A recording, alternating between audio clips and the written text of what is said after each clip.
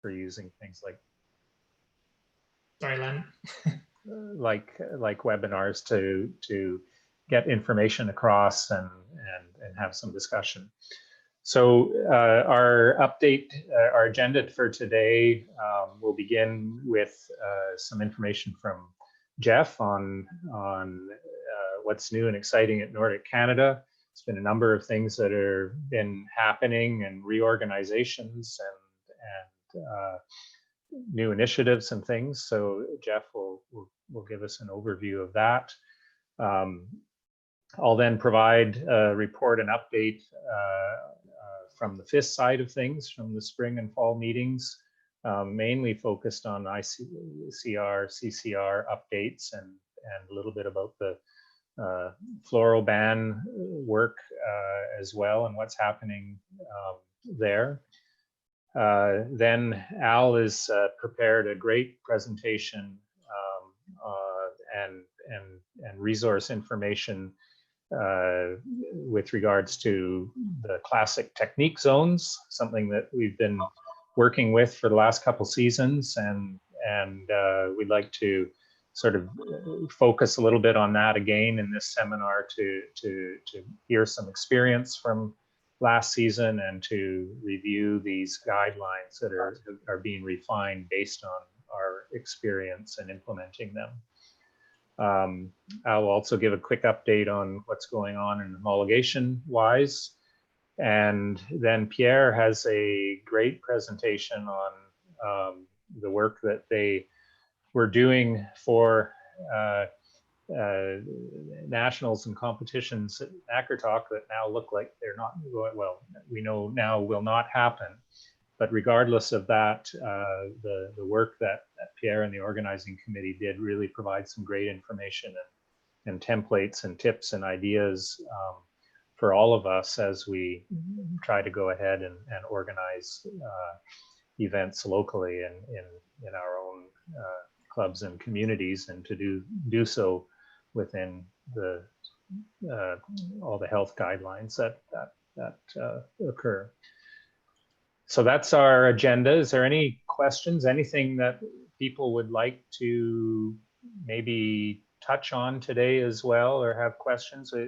I think as far as the Zoom system here, there is a little chat option that you can post questions as we're going, and Jeff or I will be monitoring that and trying to respond. We can certainly stop and talk.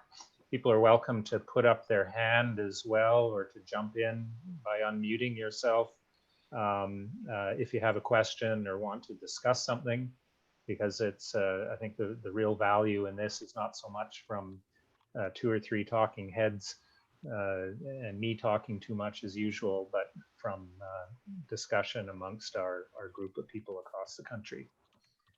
So with that, I will turn it over to Jeff to give us some news from Nordic Canada side.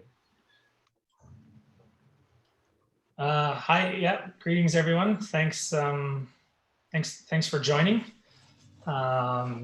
Challenging year for everyone, and anyone that's had to deal with me. I appreciate the willingness to work through how we adapted with our calendar, going from NORAM calendar as normal midsummer to a FIS regional cup by late summer to essentially a zero national calendar at this point, and now we're working into virtual events. So on the events side of things, for those of you that are with the different clubs and then even organizing committees, Claude, unfortunately I can't make your Gatineau meeting on Monday, but we can talk. But we're working on a whole bunch of challenges to help try and keep the competitive community engaged. We'll have more details as soon as middle of next week. We realize that's right before Christmas. But for programs to try and get going in January, we know lots of clubs are starting their own initiatives and even some divisions, while some divisions are still trying to hold on to their provincial cups as normal. So we are going to try and not steal anybody's thunder that's already got something going, but to work somewhat alongside clubs and divisions with their events. So we're going to do a kilometer challenge, and through zone 4, and they'll have all the normal entry fields, and we can do breakouts of age group, of division, of club, and overall. Hopefully that'll start mid-January and run through the end of the year. So everybody's welcome to be a part of that. We have an iSki app in partnership with FIS that'll come out, that'll get the kids engaged. And it's done, the app does it for us. I'll have more details on that, and it'll be released in mid-January. And yeah, within Nordic Canada, we had a COVID working group that, again, some of you have had contact with. Ilena's on here with me from the office as a member of that club as well. And we're spread out amongst the different groups within Nordic Canada, whether it was events, coach and athlete development. We had Kate Boyd, our new high performance director, representing the HP voice. And then Megan Bagley, our COO, and also the director of events on there as well. And we worked through, if anybody hasn't seen it, we have a COVID page, landing page on the top of our Nordic Canada site, on the very top. And it has lots of details regarding insurance, return to play, whether that's the bunny rabbits, jackrabbits. We had our events calendar on there. I believe it's gone now, but also protocols like what Pierre is going to share for if you are looking to host an in-person event, so to speak, still, that you can use some documents there for resources. So it's, I think it's nordiccanada.ca/COVID, or it's on the banner at the very top of our website if you need information there. I think that's kind of it for me. We have a new CEO that I'm sure you're all very aware of, an in-house CEO, so to speak, with Stefan Brett, who's been with the organization for, I think, 15 years and been in skiing for life. So we have a restructuring that way. We just went through a process where we're going to find out everybody's strengths and to see if we're all matched up in those strengths. So we may see some of us moving within the organization as well. Nothing major, obviously, but so Berkey, so I believe I'm virtual only. Yeah. So we, if you guys want at the very end, some of the more Loppet based events, if we want to have a quick chat and just compare what everybody's doing, whether it's Strava and segments or a different option, I can explain what I've learned from Zone 4, and we can talk virtual events a little bit. If you guys are interested, we can collectively have a chat since we're all here on that end. So I think that's good for me, Len, unless anyone has any questions, or if Len, you wanted to hear something that I didn't say. Thanks, Jeff. Any questions, first of all, for Jeff? I think there were some comments on the chat, just talking about some event updates that are going ahead. That's great to see all those. Jeff, did you want to talk at all about, I guess it's moot with technical packages and various initiatives. We perhaps don't need to get into that, but I know there was a bunch of work that was being done on those. Yeah, sure. We will take advantage of, there's lots of opportunities with COVID, obviously not the year like we would like to have it, but with the event calendar at the national level now being wiped out, we have the ability to get a head start on next year.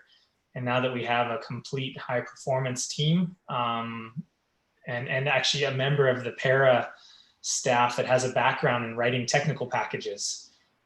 She was a high performance director with Julie, Ilona, you can correct me however I say her last name wrong, but Boileau was a high performance director, I believe, with both Wrestling Canada and Canoe and Kayak. And so she's bringing some outside experience into the staff with us. And she has a passion that I do not have for technical packages.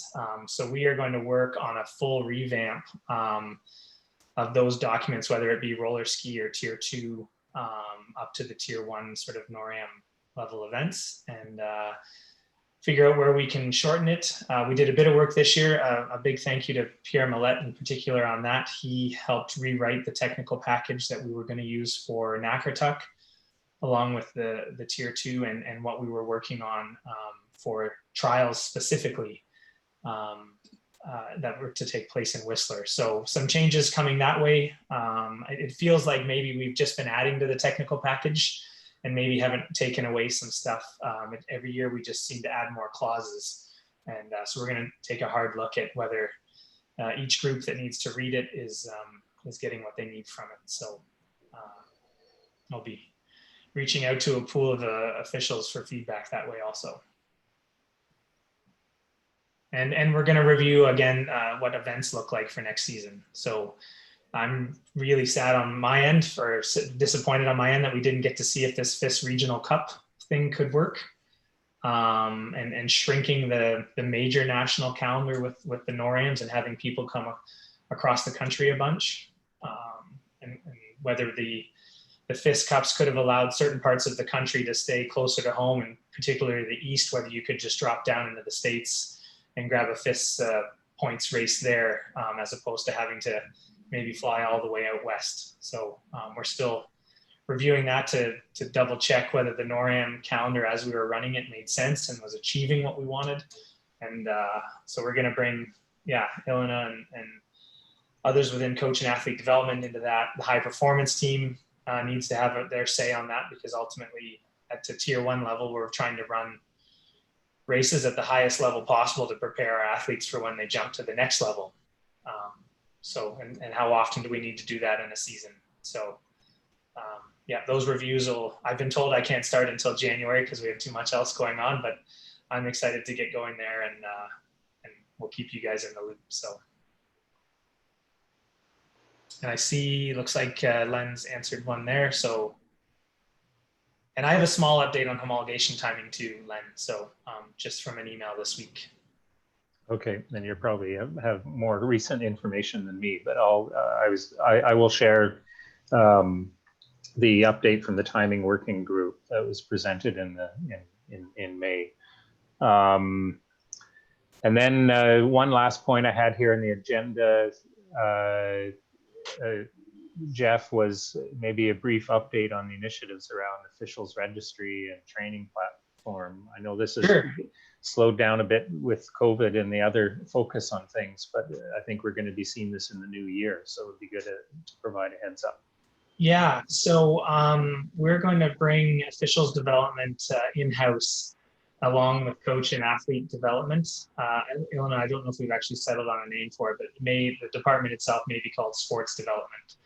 And that we would bring in the officials training over from Lunami to the locker, where coach and athlete development is already housed. I'm not an expert in this end of things, but it would be a centralized place where we have everything. The two Als that are both on the call here have looked after this stuff for us on a volunteer basis for years, we just want to bring it in so we have sort of a unified approach to development, and also where we can cross some coach development into officials development, so that in particular on the coaches end, there's an awareness of what an official has done and learned. So a mixture that way, so they can maybe be a little bit more informed when we as officials are making decisions. So that's in the process. We had given ourselves sort of 12 months to make that changeover. However, with our current CEO having coming out of the coach and athlete development team, we've gone from 3 people to 2 people, with no less work and even more work this year with so much switching to virtual. So we're slow on the switch over right now, but that is what we're working towards. And hopefully by next summer, we have a system going where it's a consistent login, regardless of whether you're on the athlete or coach or official development side. So I think, yeah. Thanks, Jeff. Anyone else have any questions for Jeff on? cross-country Canada stuff. It's great to see a number of cross-country Canada, or I'm still sorry using the old, but Nordic Canada. Great to see a bunch of Nordic Canada staff on this call as well. So welcome. That's super. Ilena's joining. She's our newest staff official. I think you just completed level 1 and headed towards level 2. So that's exciting. Great. Yeah, Len, maybe I could just comment on the registry as it transforms itself into an in-house operation. The plan is that all of the existing data in the registry will be migrated over to the new platform. So people should not stop using the existing registry platform, thinking that they're going to start over on a new one. Hopefully, with all of these things, they say it will be somewhat seamless, but history has often indicated that there's a few glitches in those kinds of processes. So we're hoping it will help in the future once we get through the translation process into the new platform. Great, thanks, Sal. Okay, we're going to move along. I'm going to switch back to one of my screens here. Just get that presentation lined up.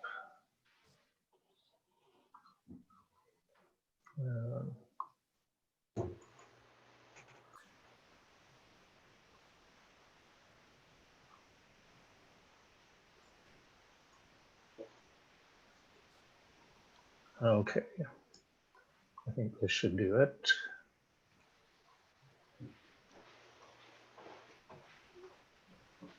And we'll get this into presentation mode. There we go. Okay, so I'm going to run through some updates from the FIS world. I think most people know that I represent Canada and Nordic Canada on the FIS subcommittee for rules and control, and have been doing that since 2012 actually.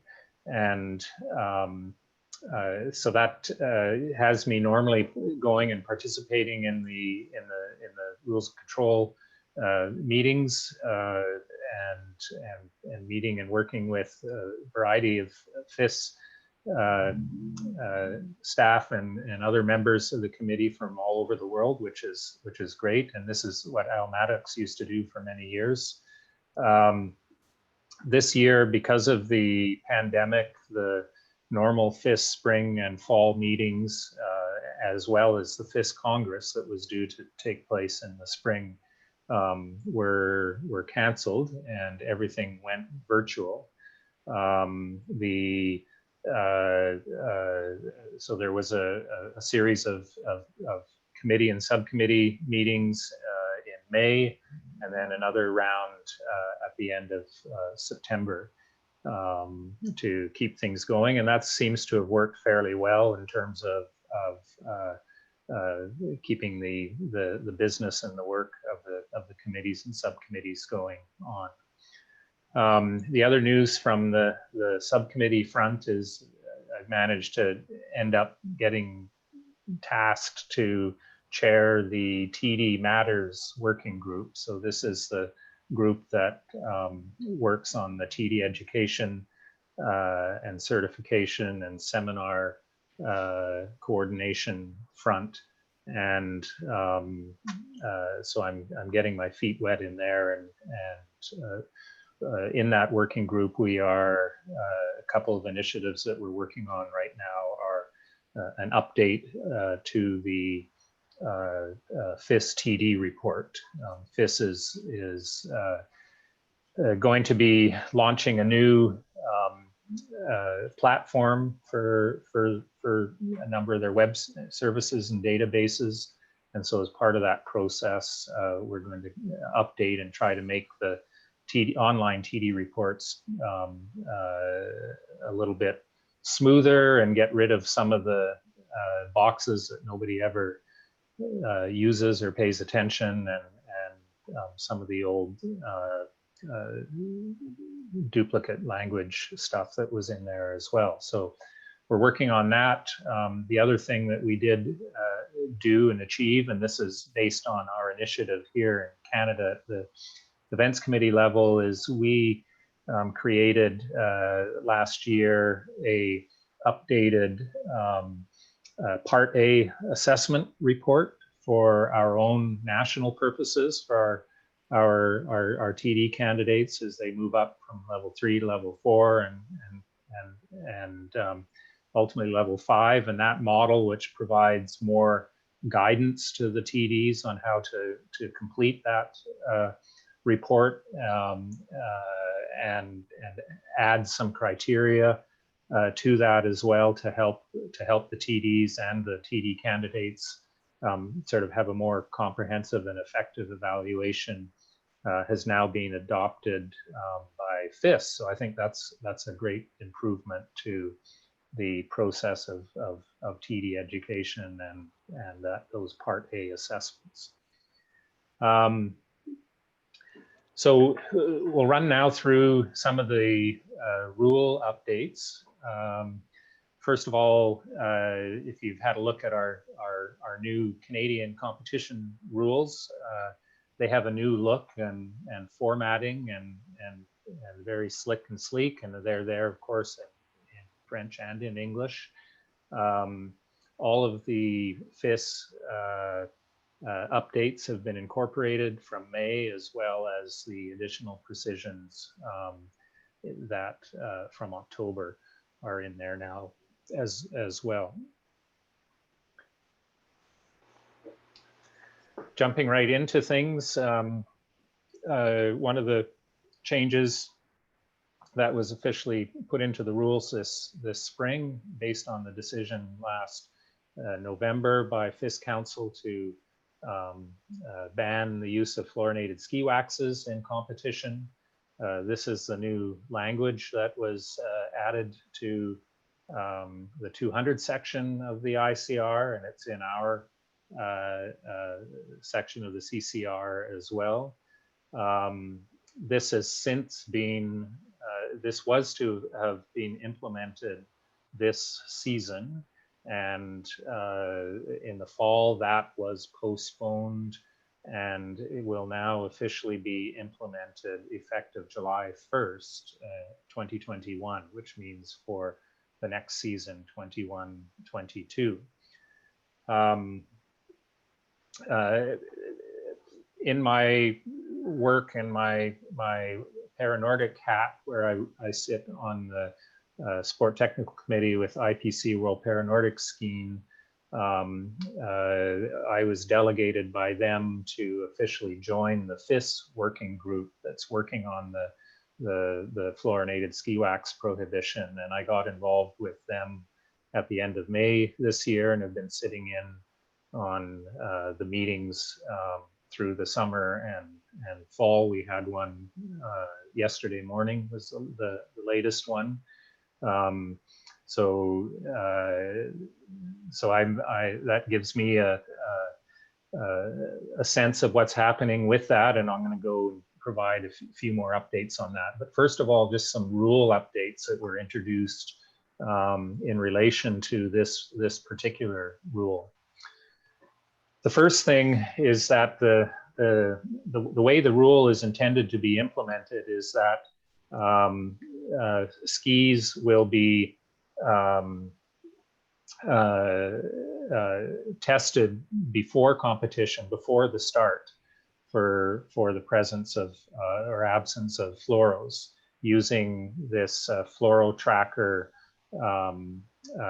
gun, which you'll see in a minute. And the idea is that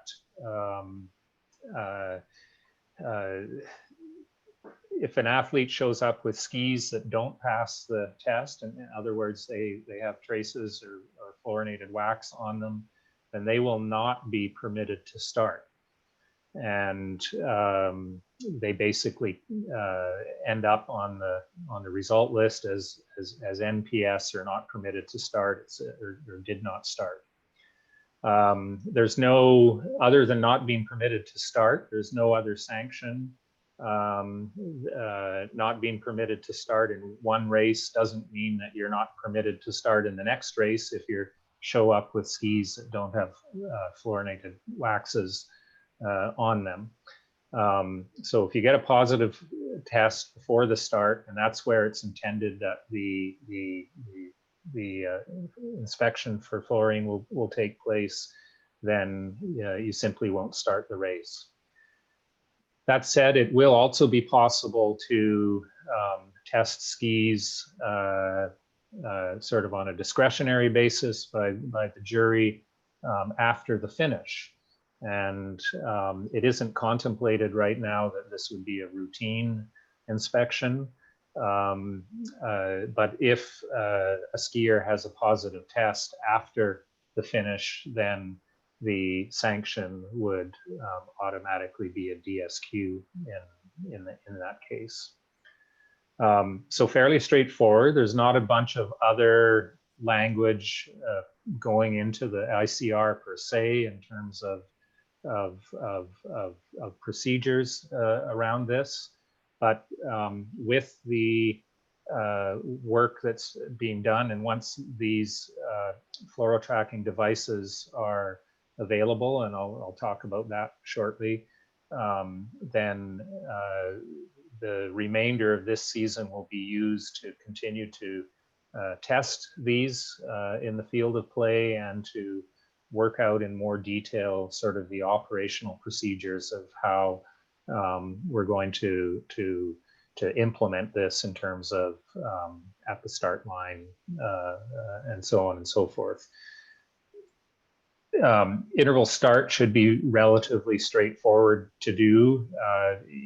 It'll simply be a matter of funneling the athletes through. They have to go and pick up their transponders anyhow, under normal circumstances. So adding this ski inspection is something that is likely to happen. And once they're in the start area, then of course they can't leave. They can't go get other skis.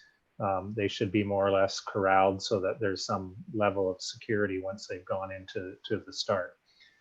Mass starts and heat starts and things like that present other challenges, and there will be ongoing work to come up with some good operational guidelines as to how to manage that. And then we'll see how that continues. But essentially, this would be the approach that TDs and juries would take in terms of implementing this new prohibition. Len, there's just a question on the side about if an athlete's not permitted to start, they're not allowed to come back with a second pair of skis and then try and still start. That's right. Yeah. So when you get into the start box, yeah, you're not permitted to start by the time you get to there. Now, with this process, and particularly for some of the competition that is going to continue to happen this season, there is going to be some outreach so that teams and wax technicians get access to these units so that they can test skis, so that they can see how it works and understand how it works.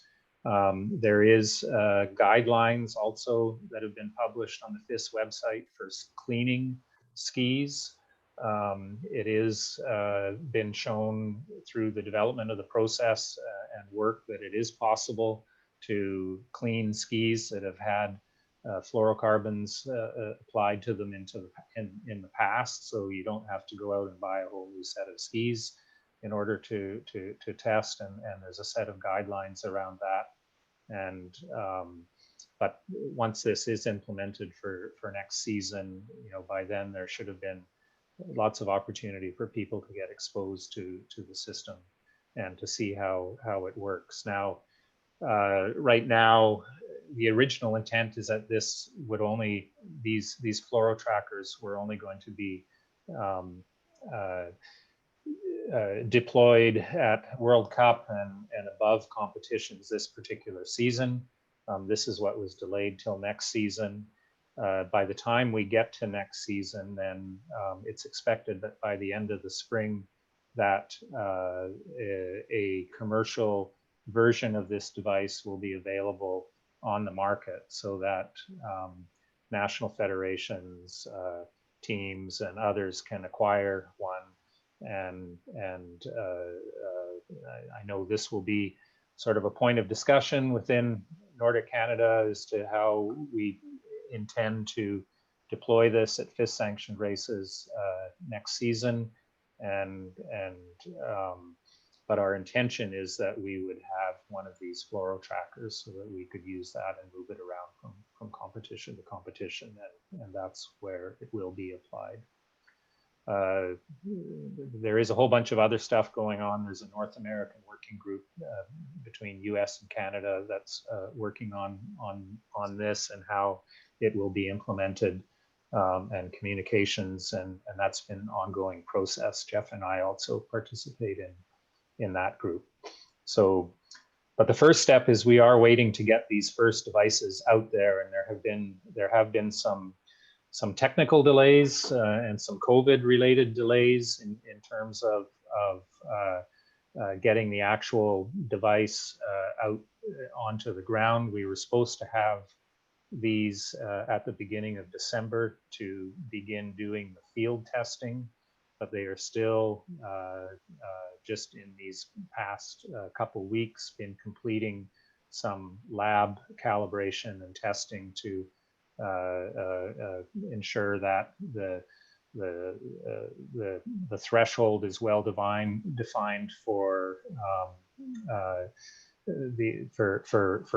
fluoros, and that the device is going to work consistently. It's quite a technical challenge. I mean, basically the way the device works is it uses different wavelengths of different types of light that it beams down onto the surface of the ski, and these wavelengths of light are absorbed by the fluorine molecules. And so what the sensor does is it looks at the difference between the amount of light that went out and the amount of light that came back.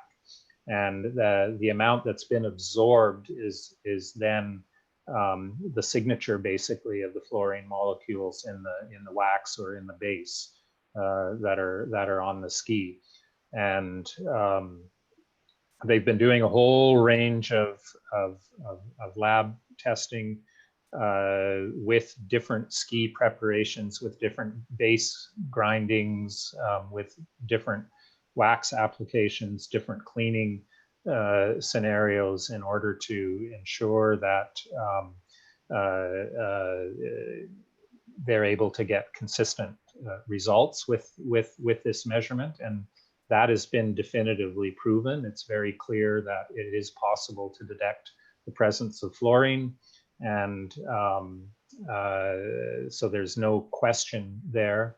It's just working out some of the variables, such as temperature, the presence of water, different ambient light conditions, different grinds in the skis, and all of those types of things, to ensure that the sensors are able to consistently provide results under all of those different types of scenarios. And of course, this isn't just for cross-country skis, but it will also be for alpine skis and snowboards as well. I'll show you some pictures of some of the prototypes in a minute, but I'm going to first just go back to some of the rule updates that are related to this here. So one thing that was changed in May in relation to the logistics of fluorine is when it comes to changing skis in long distance competitions. This will now be limited to changing for a maximum of one time. and that the replacement skis need to be placed in the exchange box before the competition. So you can see that before we had the opportunity to change more than once, and competitions longer than 30 kilometers. Lots of discussion amongst the coaches and feedback in terms of the requirement to have the skis placed in the box before competition, you know, considering changing snow conditions and otherwise. This after quite a bit of discussion, particularly in the October meeting, this remains the new rule as far as ski exchanges.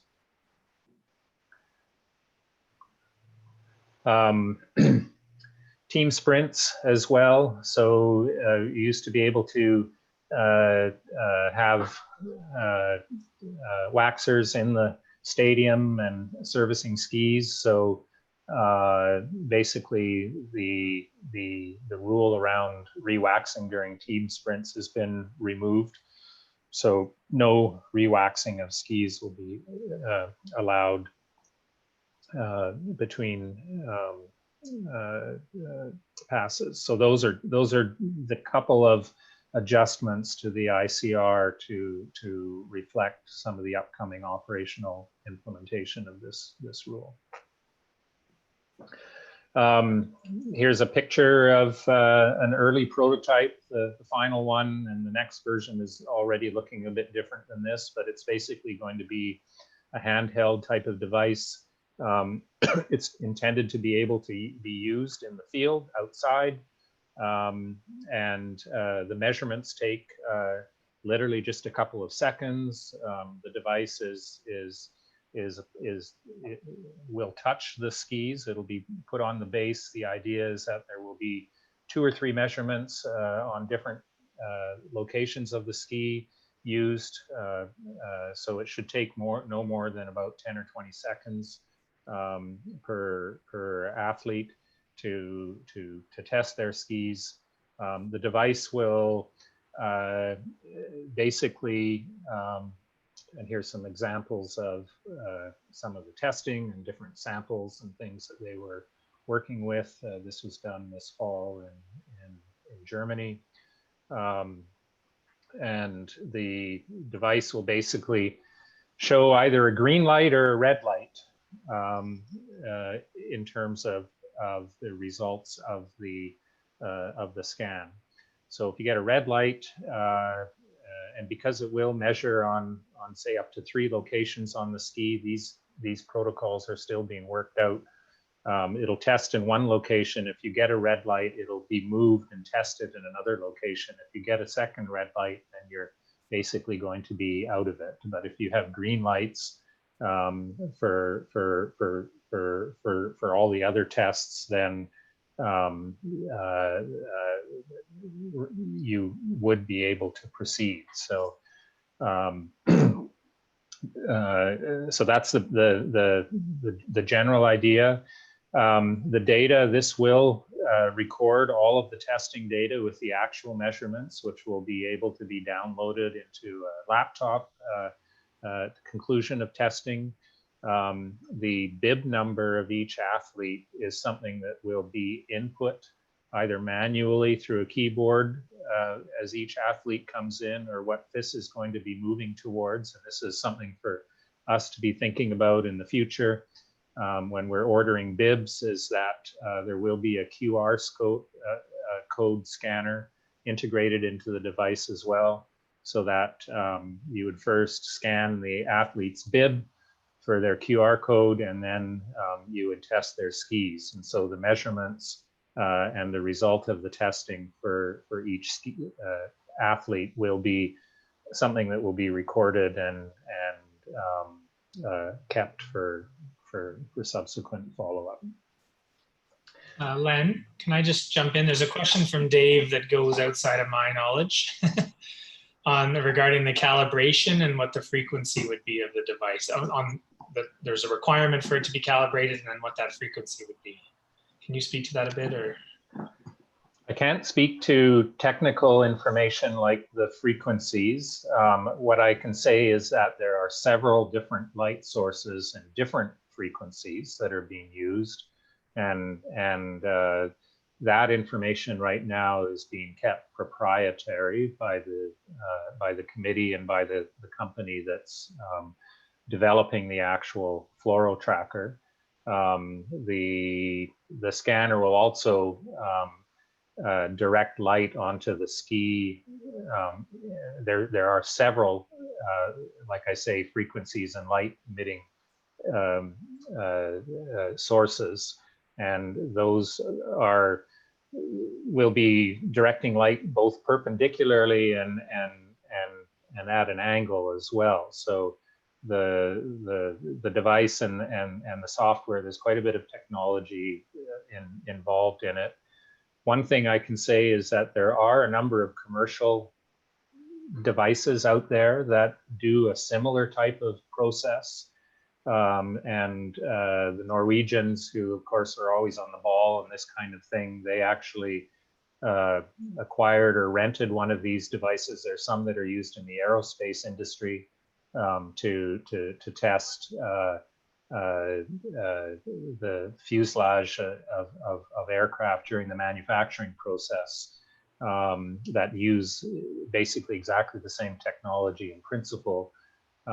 So there's been a number of people that have been doing their own testing with these things, and the good thing about that is that the results are completely consistent with the results that that this customized devices that FIS is developing are showing. Now, the commercial devices that you can buy out there, some of them are desktop. There's only one that I've seen that is a handheld thing. You know, they all cost $40,000 to $60,000. So the whole, one of the big points behind FIS, and I should say that IBU as well as IPC are also contributing financially to the development of this, is that this device will be significantly less expensive. It'll probably be in the 5,000 to 10,000 euro range when all is said and done. That's the intention, so that it will be, at least cost-wise, although pricey, more accessible to our sport and the intention that we're planning to use for it.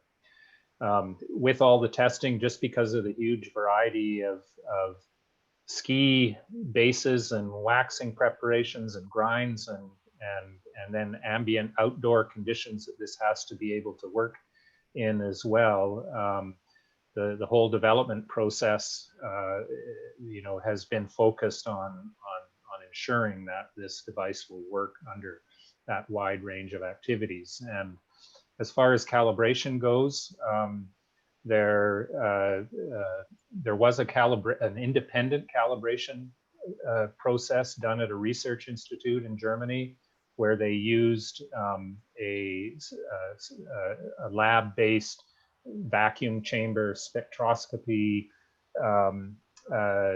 scientific technique to measure different fluorine concentrations on different base preparations in order to establish from a different technology, a baseline. And that data is what is also being used to calibrate this. So the calibration isn't only being done within this particular sensor itself, but in relation to another scientific measure used to measure fluorine. I hope that helps answer that. Jeff, you've been watching I see the thing blinking steadily, so there must be lots of questions, but anything else on this right now? I mean, some things we can't answer at the moment, and if we're testing at the tier 1 level, we wouldn't be putting it necessarily on the TDs. It would be my role possibly to be, or most likely, that's handling the gun. In terms of wax shed source contamination, there is some user responsibility that the device does test it. So the ski needs to be wiped to a certain extent from any risk of contamination. Although outside of running the heat gun and blowing up wax from your bench onto your skis, I'm not smart enough in the sciences to know how that stuff can hang in the air and fall down to your skis. But I will say that, I mean, there is ambient presence of these fluorine compounds out in the environment.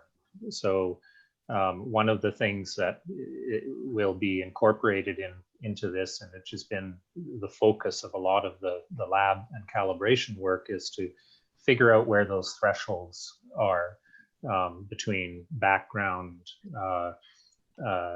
noise and the obvious presence of use of fluorinated compounds and waxes on skis. So we have a really good handle on that, and I think it's the thresholds are becoming fairly clear. They're not being set at 0 just because there is some natural background in there, but it's pretty clear when you have something clean, and this has been tested with the cleaning guidelines. So again, they've been able to show, and if you can find these guidelines on the FIS website, and they do talk as well to, you know, the fact that it's a good idea to clean out wax cabins and wax trucks and stuff like that, and it's also possible to clean, you know, old brushes and other waxing equipment, wax irons, all those kinds of things. You need to be diligent and follow the guidelines to do this, but it is certainly possible to you know, remove fluoros and get them down to a level, and you know what the committee kind of refers it to is an insignificant level where there is not going to be any competitive advantage or effect. So again, it's not at 0, but there will be a very low threshold for this, and if people do follow the guidelines and are diligent about cleaning, then you know, you can be confident that you know, you shouldn't run into trouble. Again, you know, as this gets rolled out, this device will be available during official training and unofficial training before an event, so that people can also test that and see it for themselves, so that the first time you ever are exposed to this isn't necessarily at the start line. And people can understand themselves how maybe the procedures that they've been doing to clean their skis are acceptable. Hey, Len, yep. It's Mike Norton here. Question: has anything come up in the rules and controls about protest or appeal of decision on this? Like, will that be an option? Well, appeal is always an option, and Right. this is one reason that the data is going to be collected. But it's the responsibility of the athlete to show up at the start line with skis that don't have fluoros on them. So, you know, if they're surprised for some reason and they test positive and they didn't expect that, and they want to appeal, you know, they would have to have some, you know, be able to demonstrate something that you know, would make their case. But you know, it's not expected that this is going to be something that you're going to be able to protest to the jury about, or the jury's going to make a decision. But the data will all be collected, so the measurement will be the measurement, and you know, that's where it will stand. Right. There certainly has been, you know, talk and discussion, you know, concerns about contamination or people sabotaging other people. There's been, you know, discussion about people having fluoros on their gloves, like a liquid, so they come to the thing, get your ski tested, and then wipe your ski down before you start, or you touch somebody else's ski before they get tested. And so, you know, at the World Cup level, certainly some of the wax techs have been, you know, thinking about those kinds of things, about how they maintain security of their skis. And I guess we'll see as this starts to get rolled out what happens there. But yeah, the onus will be on the athlete and team to have clean skis. I can see it being fairly simple to deal with an appeal after a race, but 2 minutes before start at a World Cup level, that is a lot of what's the word, pressure or whatever on a first year Star Wars looking handheld device. Well, I think that's why that's why it's taking a little bit longer to get this rolled out. Is FIS needs to be absolutely confident and sure. And I'll point out that on the working group, there's two FIS council members are sitting on the working group, and it's chaired by one of them, Roman Compost, and so they're pretty focused on this. The other council members from Norway, and he's constantly bombarded by media and everybody trying to poke holes. The Norwegians have been trying to figure out how they, they've openly, their wax tests, they've been doing all sorts of testing to see how they might be able to cheat the system. Now, the device hasn't been actually rolled out yet, but there's been other, as I say, there's some other devices out there. There's been the ski tape and things like that that's been out there, and people are looking for all sorts of different angles on it. But the long and the short of this, and this is a message from FIS and from this committee, is that if you show up the starting line and this device detects fluoros on your skis, you won't be allowed to start, and that'll be it, black and white. And I don't expect that will create any additional pressure at the World Cup, because again,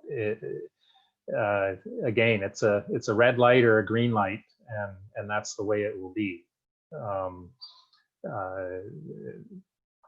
So we'll see, but we are still hoping. I'm being a committee member. There's 10 prototypes that are going to be out in early January that are going to be distributed, so that we can actually start to run through a series of field tests with this, get it out of the lab and into the real world, and we'll be doing that during the latter part of January and into February. There may or likely will be some more adjustments to the device that will need to be made, and then the device will be out there and available for people to start using and to acquire. So I'm expecting to get one of these here, and we'll be doing some testing here in Canada, out here on the coast in BC. So we'll keep you posted. I don't want to spend more time on this now, but certainly if people have other questions and want to contact me separately, happy to let you know what I can tell you. Okay, so just to continue through other ICR changes and adjustments, as an overview, there aren't a lot of significant changes. There's a number of administrative ones and minor updates, and I'm just going to kind of go through these fairly quickly. From a homologation point of view, there was some discussion about adjusting and providing for different loop lengths for different longer competitions, and over the years we've been adding different lengths. Like for Holmenkollen, we added an 8.3 for the World Championships a couple of years ago for the 50K, and there was requests from Overstorff for some adjustments.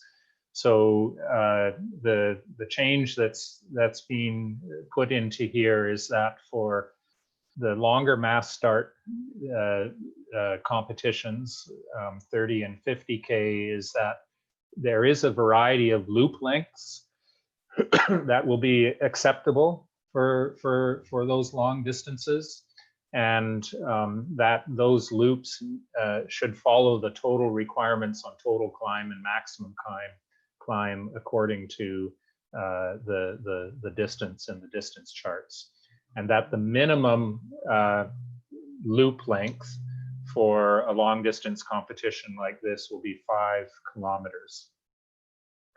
Okay, so it provides a little more flexibility for venues who have some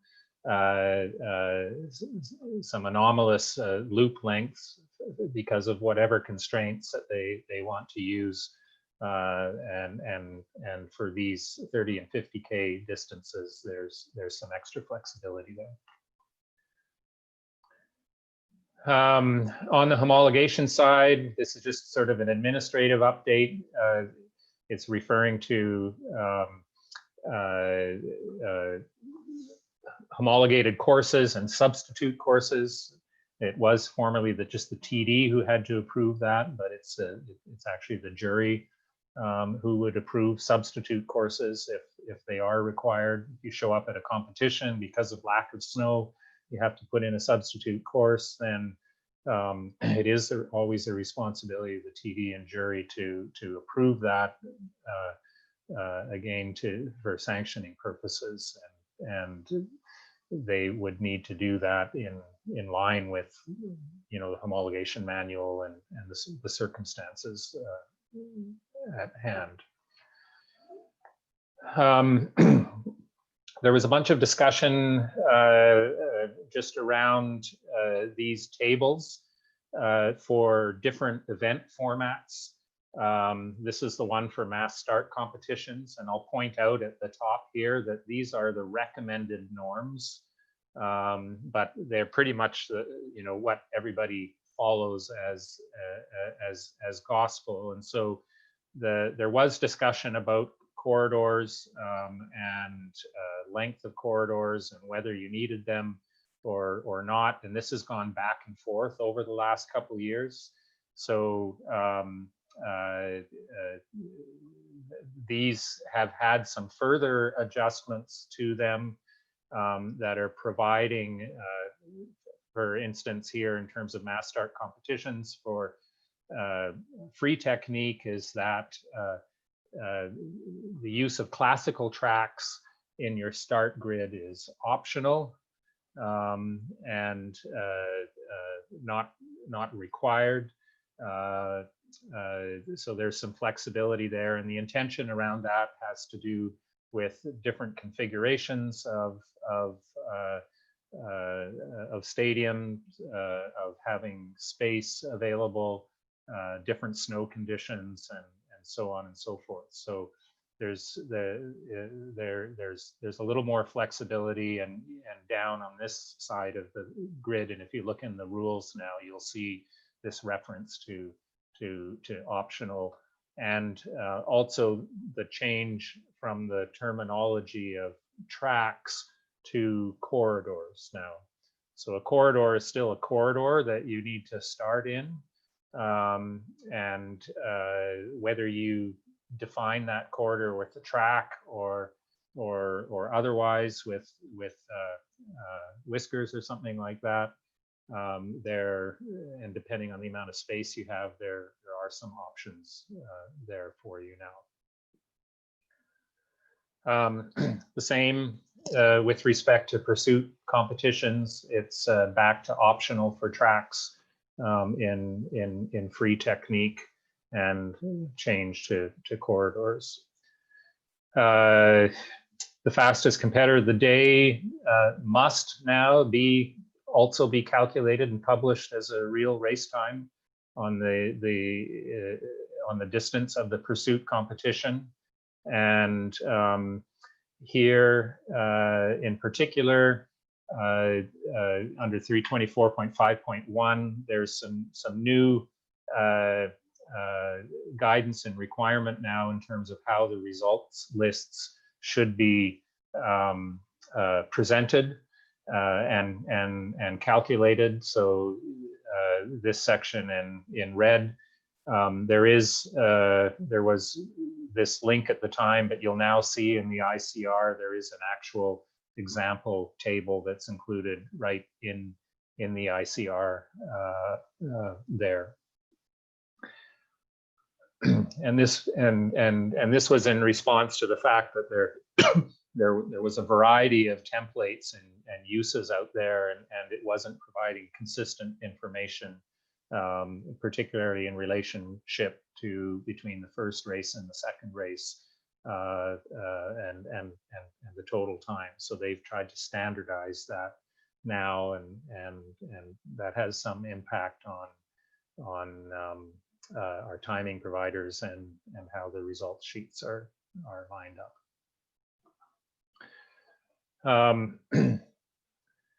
Again, here just some updates in relation to more flexibility around the corridors, and for free technique, clarification that extra corridor shouldn't have a track. Same approach, excuse me, for the team sprint competitions. And then finally, another change that won't be implemented until the following season in 2022 to allow time for manufacturers to adapt, although there was some discussion on that, has to do with, this is a roller scheme rule, and it basically says that poles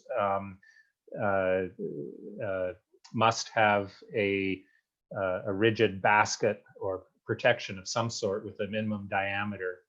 You can't just use cross-country ski poles with no basket at all. And this is a safety issue. Some of you probably saw the picture from last season where a roller skier had a pole go right through their calf and their leg. It's pretty interesting photo, but that's from a safety point of view to prevent that type of injury. Baskets will now be required in roller ski competitions. Okay, moving on. Were there any questions about in relation to those rules? I would say that there's a number of other little administrative things, that minor wording changes that are mostly just cleanup, but nothing that significant. There have also been a number of changes and updates to the FIS point rules, particularly with respect to because of the pandemic and stuff, of providing flexibility in terms of the evaluation periods and points lists.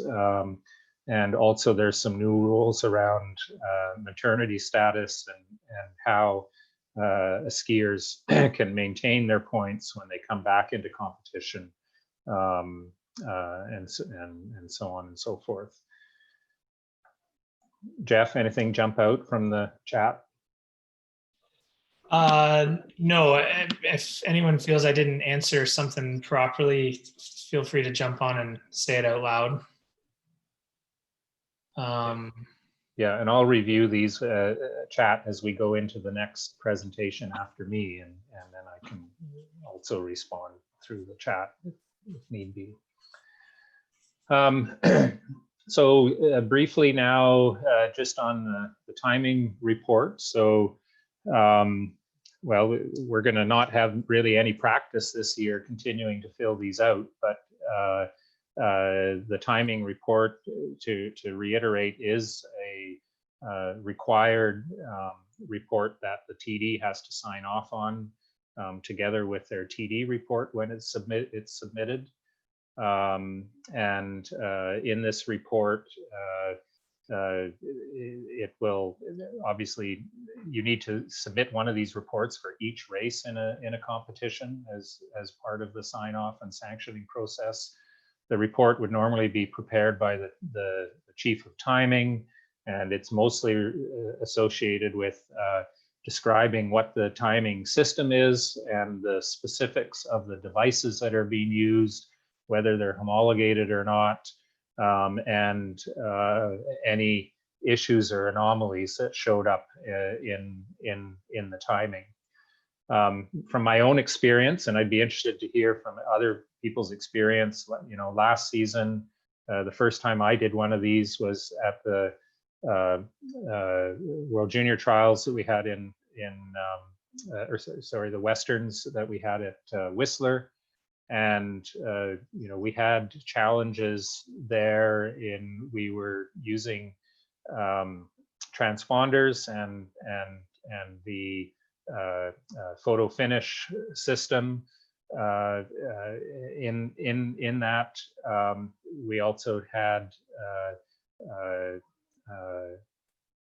photo finish eyes as well, but we had issues and challenges with the timing crew, and someone who was not able, a key person that was not able to show up at the end, and we had to train someone else. And so it ended up that the results that were being put out in the results were actually just the straight transponder results, and weren't consistently the curated results from the photo finish system. And the rules, of course, are that transponders aren't supposed to be used for official results. And we had to go back and confirm, because we weren't able to produce the results in real time from the photo finish camera, the transponders were used, but we had to go back through a process and check all those, and as TD, you know, make sure that they were consistent.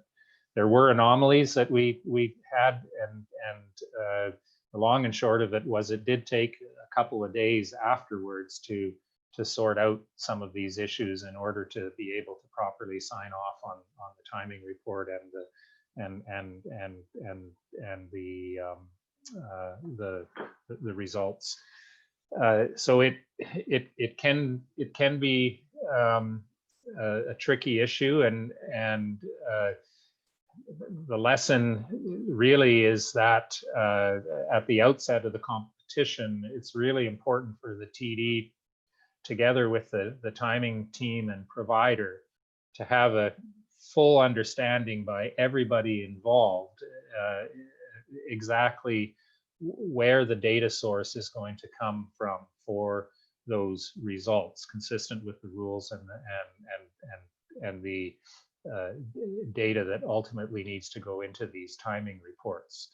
And then if you do have contingencies, you have to have a clear kind of sense and protocol of how you're going to manage those contingencies. It'll really make your life easier by making sure everybody's on the ball with that at the outset of the competition. I am going to switch my screen right now and just briefly go to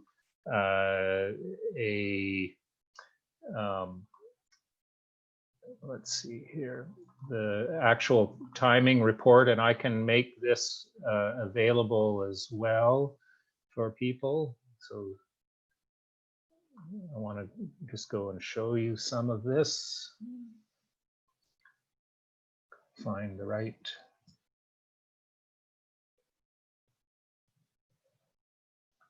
Len, just while you're looking, Yep. I've had a private message from a few of you. What I'm going to try and do is take the presentations from today along with the seminar recording and get it to live in the Documents Center on the Nordic Canada site under Officials. So if you wanted to use it as a reference point, you would just Nordic Canada Documents Center and then Officials, and we'd be able to have that there for you. So I'm going to work on that at the start of the week. And I'll try to inform everybody if that's where it ends up living. So we'll come back to you on that.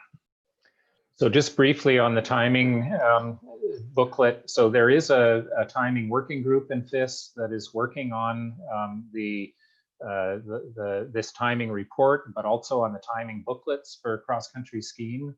There's been several drafts of that booklet, and that's published on the FIS website as well.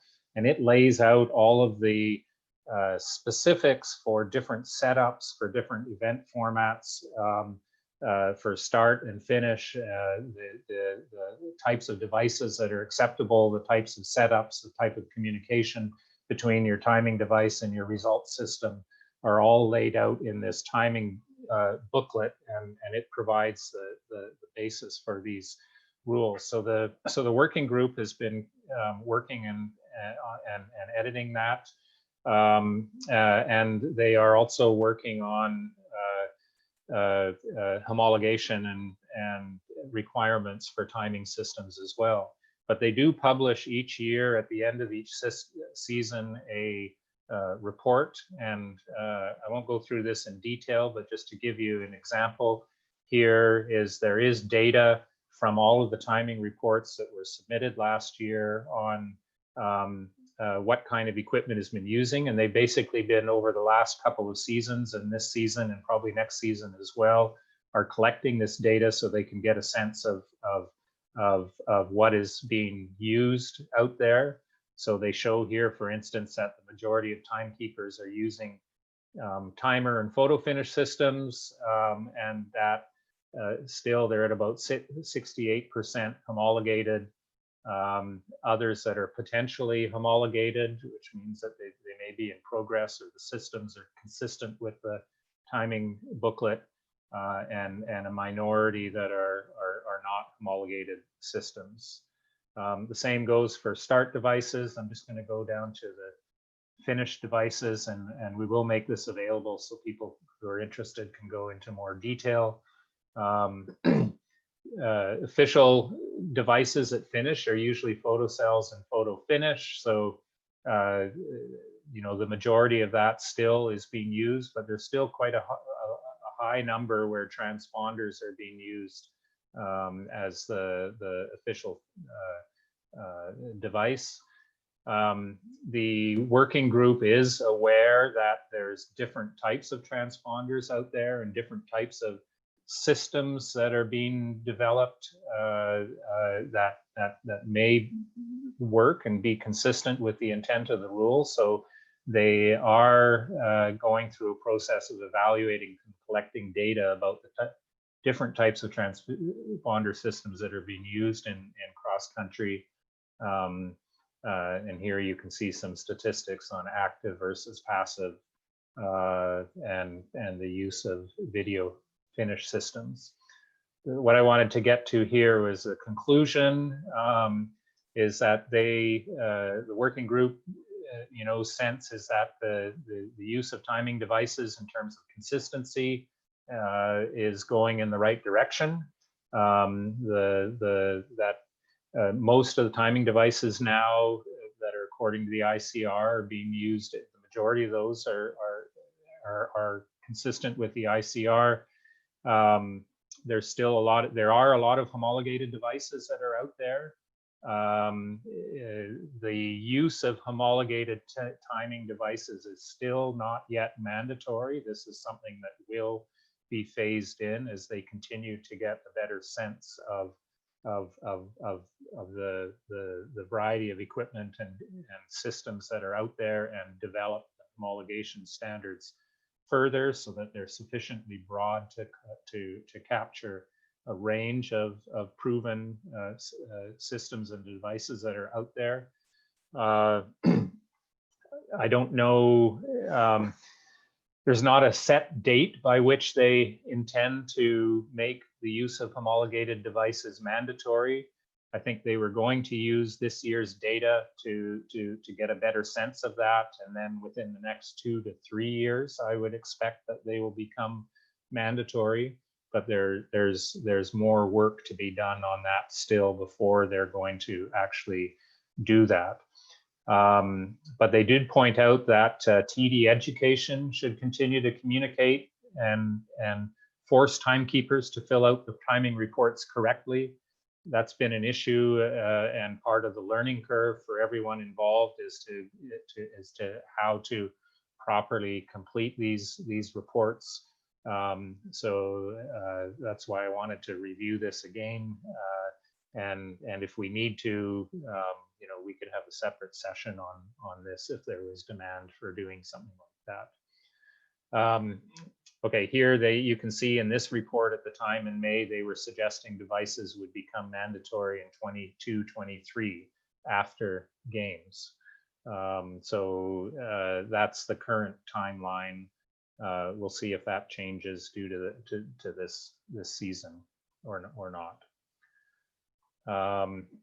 And just a reminder that there is the timing report software is available from the FIS website. So it's something you have to download onto your computer in order to complete those reports. And the software is being updated regularly.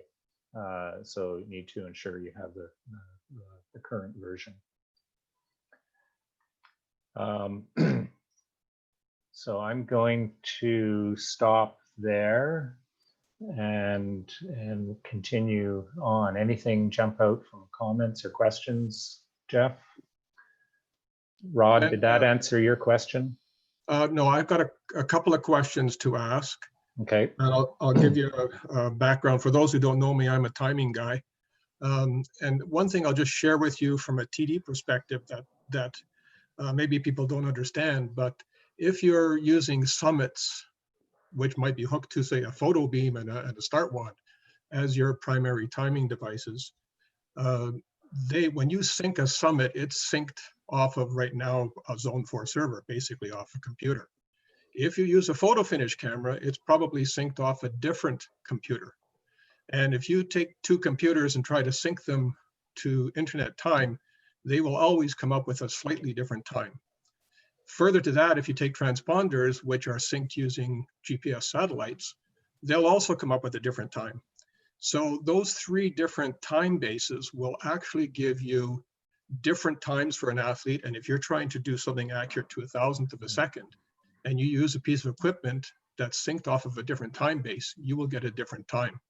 So it's essential when you're timing a race that you stay with whatever device you're going to be using consistently at the start and at the finish. In other words, you shouldn't take your time off a photocell one time and a photo beam another, because those are synced to different time bases. So that's really important as a TD to verify that whoever is doing the timing is being consistent in whatever devices they're using for both the start and the finish.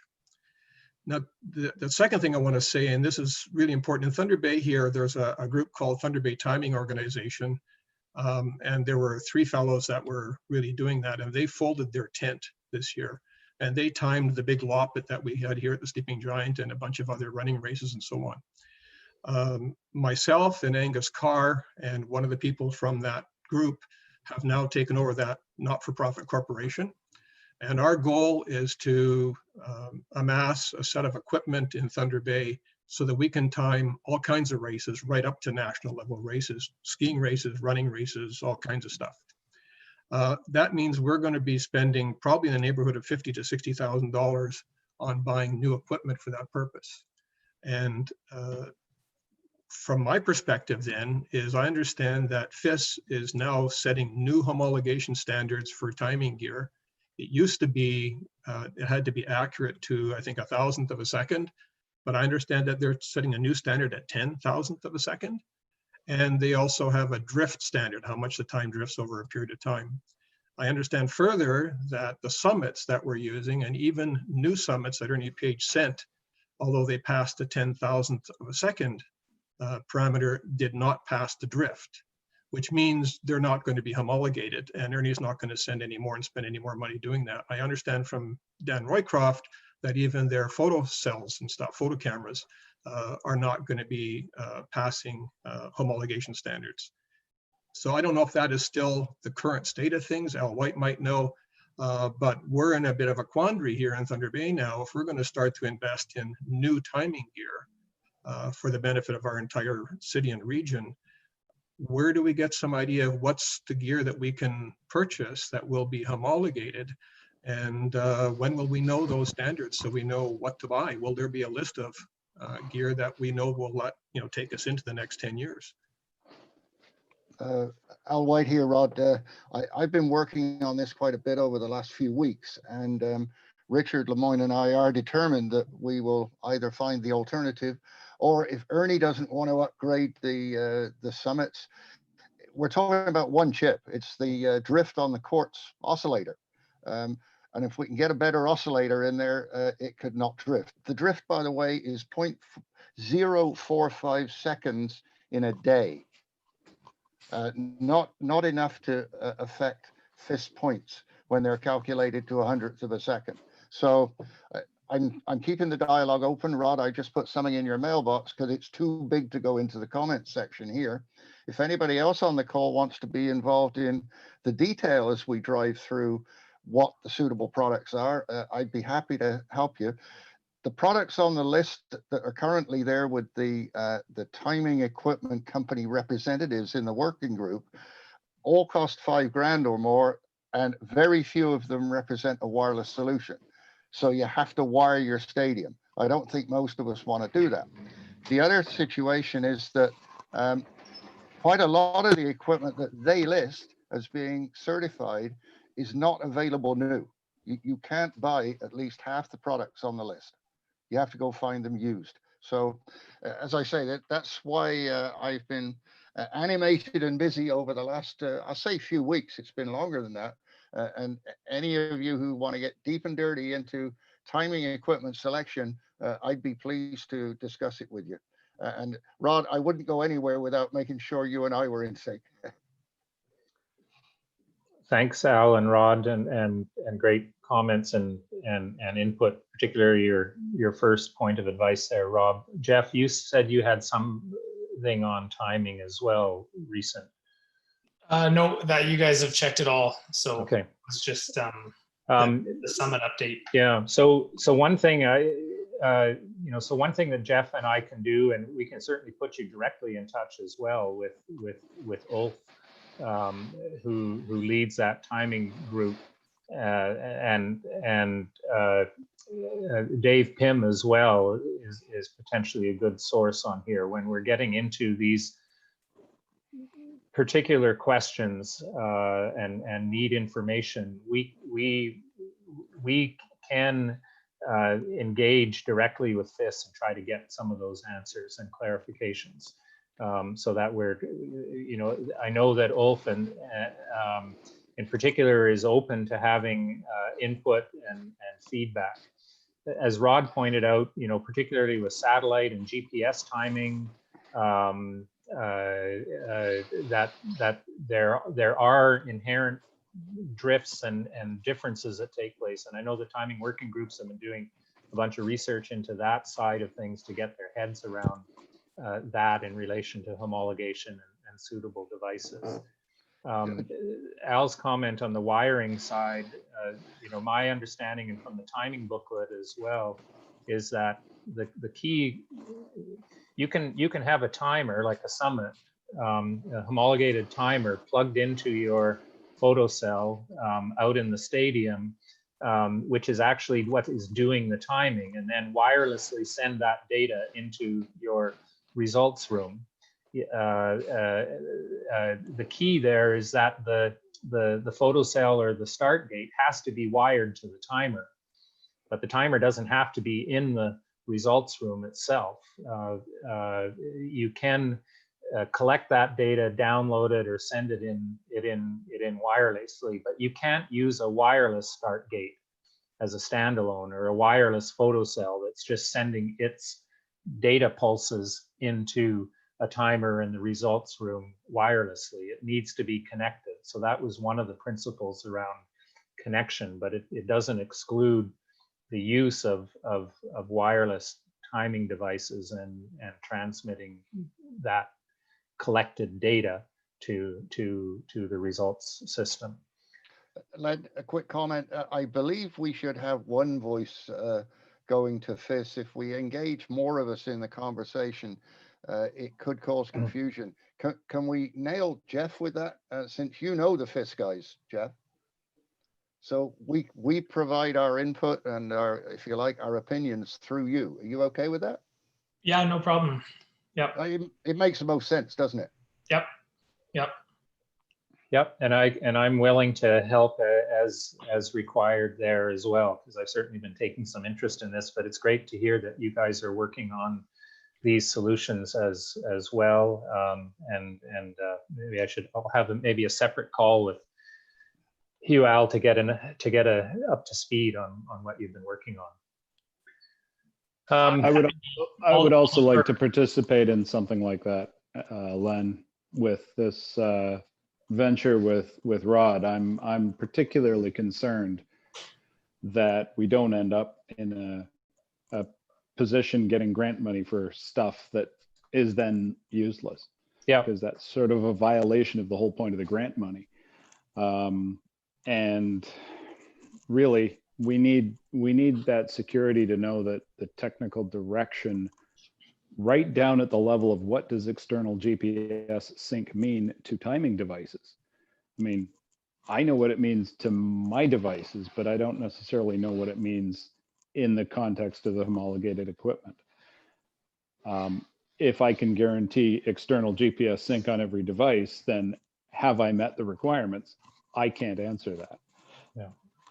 So I've got some really very specific technical questions. So I'm happy to participate in a conversation which answers them. Yeah, well, that's perfect, and particularly before making any investments. So I'll follow up. Yeah, I'll follow up with you and Rod and with Al and between Jeff and I. Let's get those questions fleshed out and into the group in FIS. Well, and Len, I'll happily defer to you on that one to be the point for FIS. Timing isn't one of my passions, so I'm happy to let you guys have that pathway to Ulf. I'm no expert, but I'm an engineer by training, so it interests me. But I'm not a timing guy per se, so I defer to the expert opinions of others as well. But I think I can try to understand it enough to get some back and forth interaction and answers going. So Ulf was quick. That'd be great. I'll follow up. Ulf was quick this week with a timing question. So, because if everybody knows, the World Juniors are coming to Whistler in 2023, and we're looking at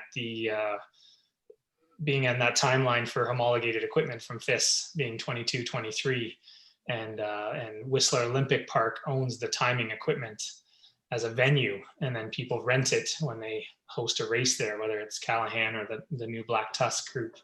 So that I was asking Ulf about what Whistler Olympic Park or what the group as a whole would have to upgrade to be ready for the World Junior Championships. So that's where I heard back that was, I guess, already known that Summit wasn't going to try and get homologated a second time. So we'd have to look into other timing devices. Yeah, what you should all know, I spoke to Ernie in August. He's making PPE. He doesn't make enough money shipping Summit timers, so he's essentially not in the business. That's why he didn't come back to me when I said, "Can you please find a better quartz chip?" Yeah. Okay, I think we should move on because we've got some more stuff to go through, and time is marching on as ever. We're going to go over now to Al with the review of classical technique zones and how to implement those. So Al, are you on tap there to try to share your screen? And yeah, I'm ready to go with that. And then we'll, I was going to touch on COVID as well, but because Pierre has such a great presentation, I don't need to talk more about that other than to indicate that FIS also does have COVID guidelines on their website that they're using. And if anybody's been following the first few World Cups and what's been happening there's some interesting insights to gain from the news, and some faster skier articles and some positive tests in Davos and how those were handled and so on and so forth. And actually, interestingly, on the call yesterday with the Floral Working Group, Pierre Mignoret, who sits on that as well, was at home. He's not in Dresden, because FIS staff are splitting themselves up between these events so that not everybody gets sick if that were the case. And race directors are actually following races remotely now. So just another interesting variation on things. Okay, Al. Yeah, can you hear me? We can hear you. We can see a small version of your whole presentation. So I just thought I'd start with this overview slide of my slides, just so that we can about the where this is coming from. I see there's a number of folks on the call coming from Quebec City. with the World Cup 2 years ago now. It was out of that experience that we got pretty frustrated dealing with the TD and with the FIS in terms of asking for modifications to what we had originally planned to do around the various course marking requirements.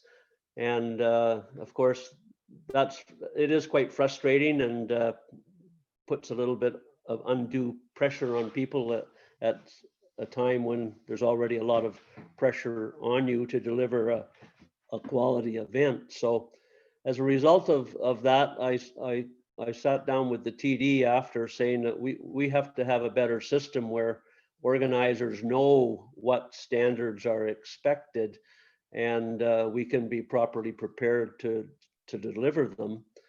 And in conjunction with that, it's also more advantageous to have competitors and coaches be prepared to see this more or less the same standard everywhere, rather than having to adjust to a different standard from place to place. So that's kind of where this came from, as an effort to see if we could find some common implementation standards.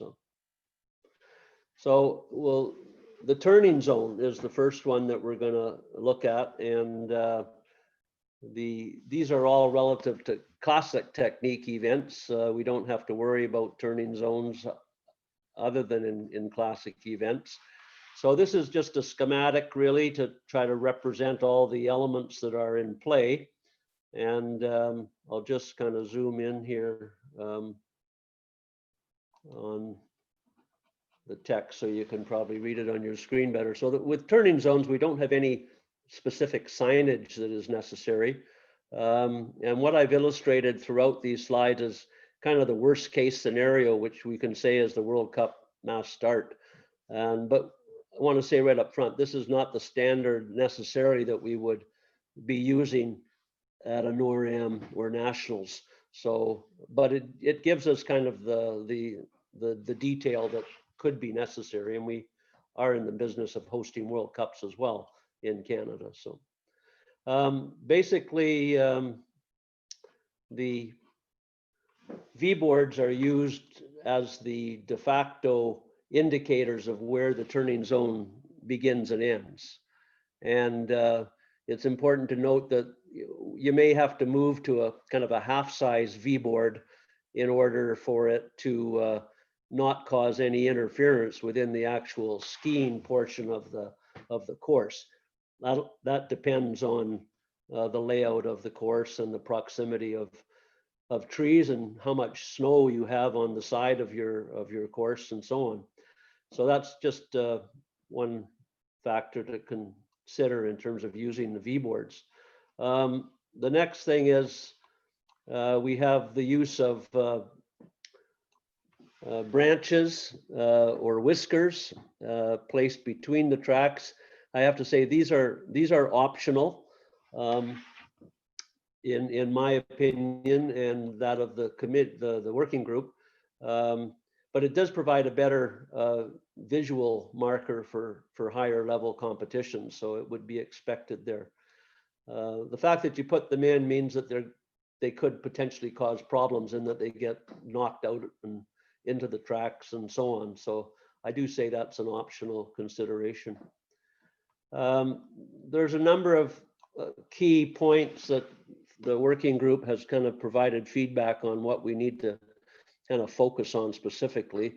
And that is that, you know, in terms of setting up your placement of your turning zones, that is determined well before the competition between the chief of competition and the groomer, chief of course, are involved in deciding where they would normally plan to lift the tracks and restart the tracks. And we've been doing this for a long time, so it's not that new of a consideration. It's just the marking of them and the placement of those V boards that's kind of important for us to come to a common understanding about. So with the V boards in place, during training day. That's the final, time for confirmation by the TD or jury, dedicated jury member that's got that task.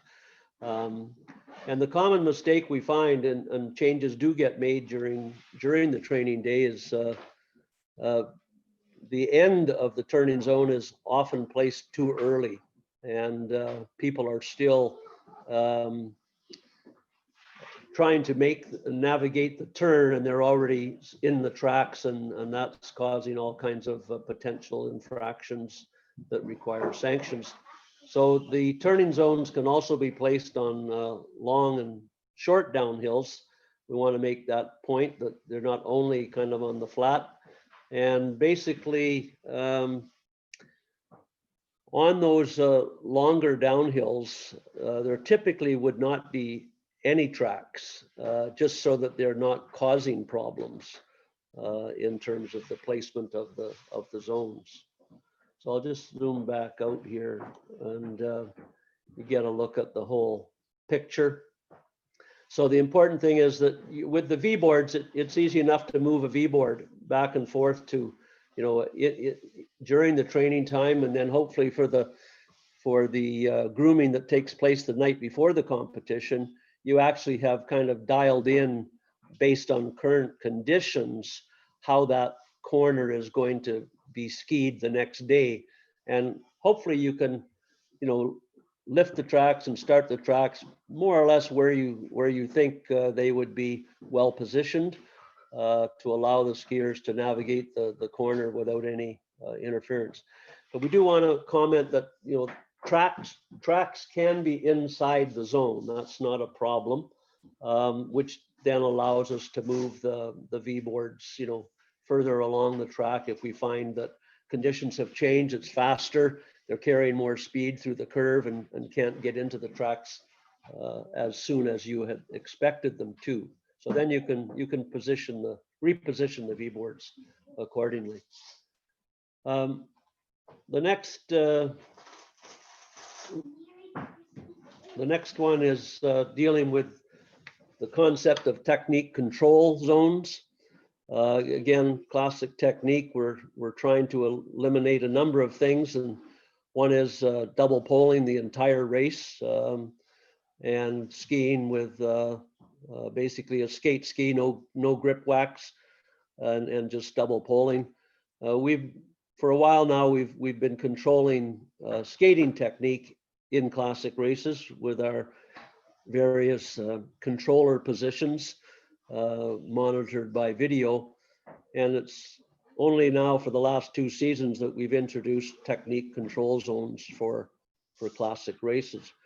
Typically, the standard is to have, if you can, have 2 zones in a competition, so that you can capture the athlete's performance in more than just one location. So this is a proposal here in terms of what you would need to mark these zones. We have signage indicating the start. The signage is on both sides of the tracks. We need, because we are dealing oftentimes with 9-meter wide sections of the track where this might occur, you do need some marks using branches or whiskers between the tracks so that it's clearly marked where that zone begins. Again, this particular schematic is for a World Cup, maybe, where you'll have 4 tracks along that section of the course, and that would be the worst case scenario for that. I'll just zoom in on I had to go to a smaller font here with this particular text. So under the placement details, the uphill needs to have a significant gradient to it, such that classic technique is going to be, let's say, a desirable technique to be using in that. In order to have the recommended height difference along that uphill, you're looking at a skiable length of 50 meters to 70 meters or more if you can accommodate that. But it has to be kind of ideally straight, but not too short. We're not looking at putting in, 10 or 20 meter lengths of a controlled technique zone. It's far too short to be meaningful. The important part of it is, where do you start this particular, go back out of there. Where do you start this? Oops, sorry, too many buttons here. Where do you start this zone so that it's going to be effective? And the common mistake that is made as we try to put these in place is that the zone starts too early, and skiers are arriving into this controlled zone with too much speed, and they are not in a position to switch into classic or diagonal stride at that point. Without them almost having to slow down in order to get into diagonal stride. So this we don't want to have. So we need to find that ideal spot as to where to begin the zone. And generally speaking, it's 2 or 3 meters after what we would consider the natural transition into diagonal technique. And we would choose that particular location with consideration of the fastest skiers in the competition, looking at what their speeds would be. And then, again, this is a fine-tuning decision that comes by observing training day conditions. You start where you think it should work, and from that point, you make adjustments based on how you see the skiers skiing through these zones. The end is also important, like where should this zone end? And ideally, if it can be placed at the crest of the hill, where it would be natural to switch maybe back into some double poling at that point. So you don't want to carry them over the crest, because then again, you're forcing them to stay in a diagonal stride technique, when in fact it would be more ideal to be using some double poling and so on. Okay, so I think that covers most of the points. I did note at the last sentence there that typically I would say we expect this zone to be videotaped by video controlling teams, and this has been the practice, so that's an expectation that we're already used to. So those are the two main zones, the turning zone and the technique control zone, that we are kind of struggling to get some consistency with, so that when TDs arrive at a site, everyone's kind of on the same page as to what the expectations would be. And then it's just a matter of fine tuning the placements of the start and end markings for the zones. I've included in this presentation also coaching zones. They're not very common in our NORAMs or even our nationals, although we do have feeding zones, which are essentially a designated coaching zone in some instances. We can say that coaching zones in terms of their practice is essentially World Cup, because it's the TV camera positions that you're trying to protect by not having coaches plant themselves right in the line of sight where the TV cameras are filming the event. So in this particular case, that is the big need, and I won't spend too much time on this. As Jeff has indicated, you'll all have copies of this document and after the seminar. And the next one is similarly World Cup level focus, but it's just there as a reference that we have slightly different demarcation requirements around timing points And in sprints or distance races with bonus sprints, it's again another form of an intermediate timing point. The last one, this is for all competitions, so I put together kind of a standard for finish corridors, both for classic and for free technique. And we can see now within the rules for all the different sections, 321 through to 327, I think it is, where they've designated the requirements for start zones and for finish zones in terms of the placement of corridors. And this just elaborates on the demarcation around those particular corridors. I think we have a pretty good standard on this already within the sport. This has been the case now for a number of years. I think the only point that we sometimes find as TDs is that because you have free technique, you may have a finish corridor that's 12 meters wide, and but then when you run a classic race in that same stadium, it's important that because the tracks are much closer together, you need to bring the V boards in from the side and not try to put just 4 tracks or 3 tracks down the middle of your finish corridor and not close off the sides. Otherwise, you have the risk of people skiing outside of the track, and you have potentially more people outside of the track than in the track. So we like to bring those V boards in fairly close to the tracks. About a half a meter is ample for polling that's needed. And this, if you do happen to have V boards that have closed ends on them, it's in that finish corridor that they're quite valuable in terms of minimizing any risk of skis being snagged by the V boards. The other alternative you have, if you don't have closed end V boards, is that you can actually angle those V boards slightly.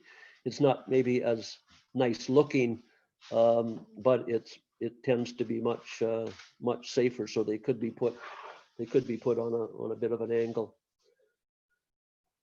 And just some other details about the profiling of your finish line, making sure whatever material you're using as your finish line marker is set significantly below the ski base.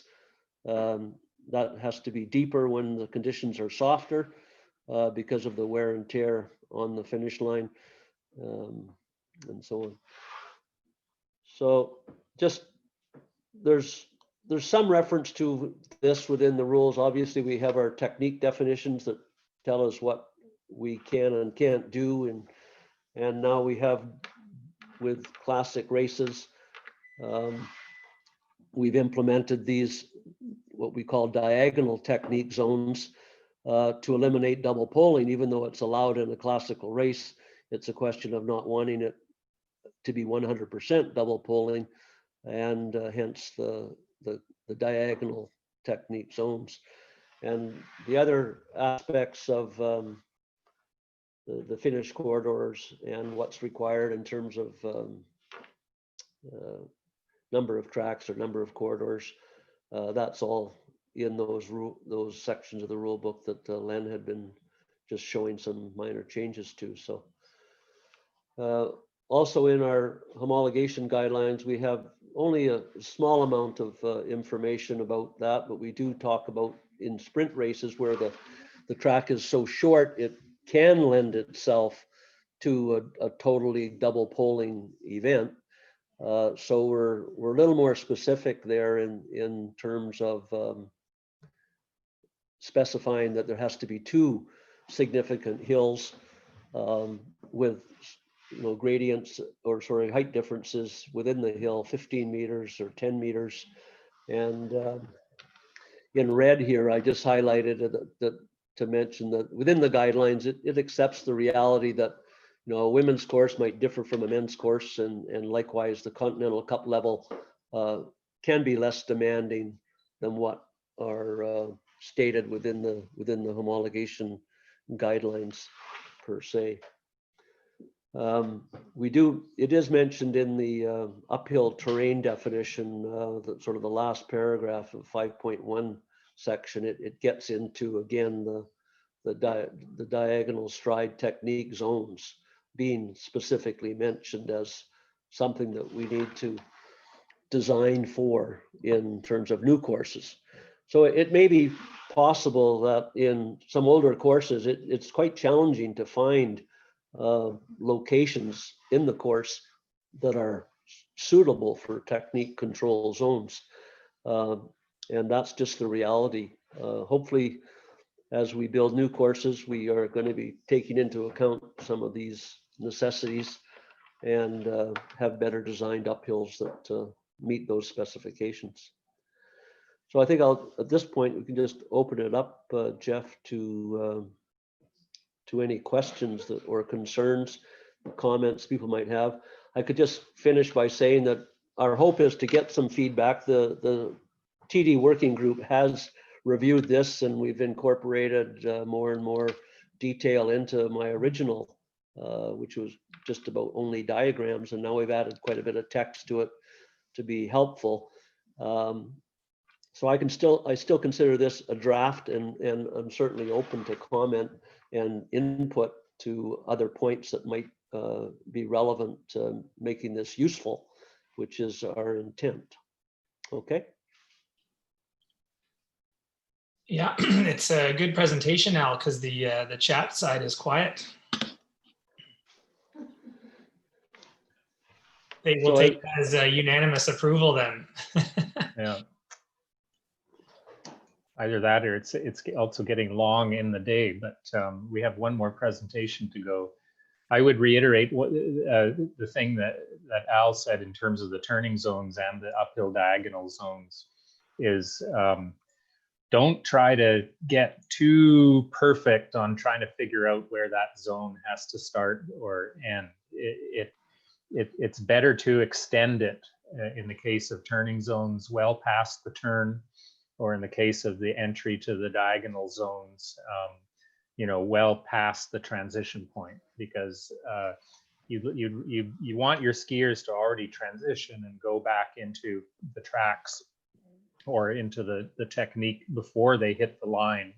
Because if you try to, with different speeds, have them conform to the line that comes too quickly, then you're just creating problems for yourself that are unnecessary, because you'll have a whole bunch of sanctions and discussions about whether somebody took an extra step or something like that, or a double pull.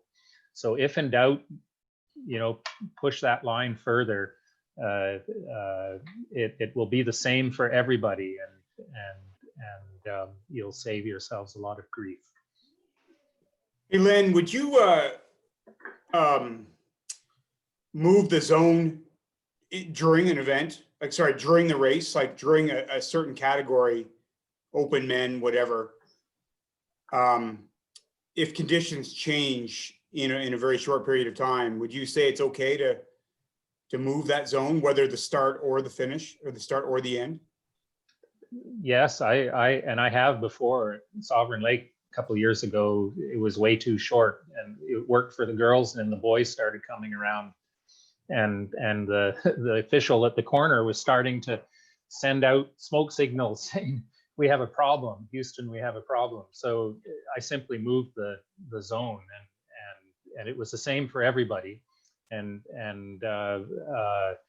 it was just making sure it's in the right place. I guess what I'm asking, in the middle of an interval start, and you move the zone, it's not the same for everybody. And I have encountered that where a TD has asked me to move the zone multiple times in a single category. And we ended up just having volunteers stay there with a radio and move them. But yeah, I think the TD is going to have to assess those conditions. When I moved them at Sovereign, it was actually sprint heats.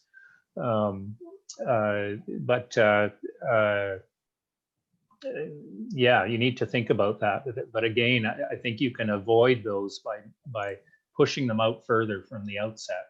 And like Al said, pay attention to what's happening during the warm-ups, and yeah, save yourself some grief by making them longer rather than shorter.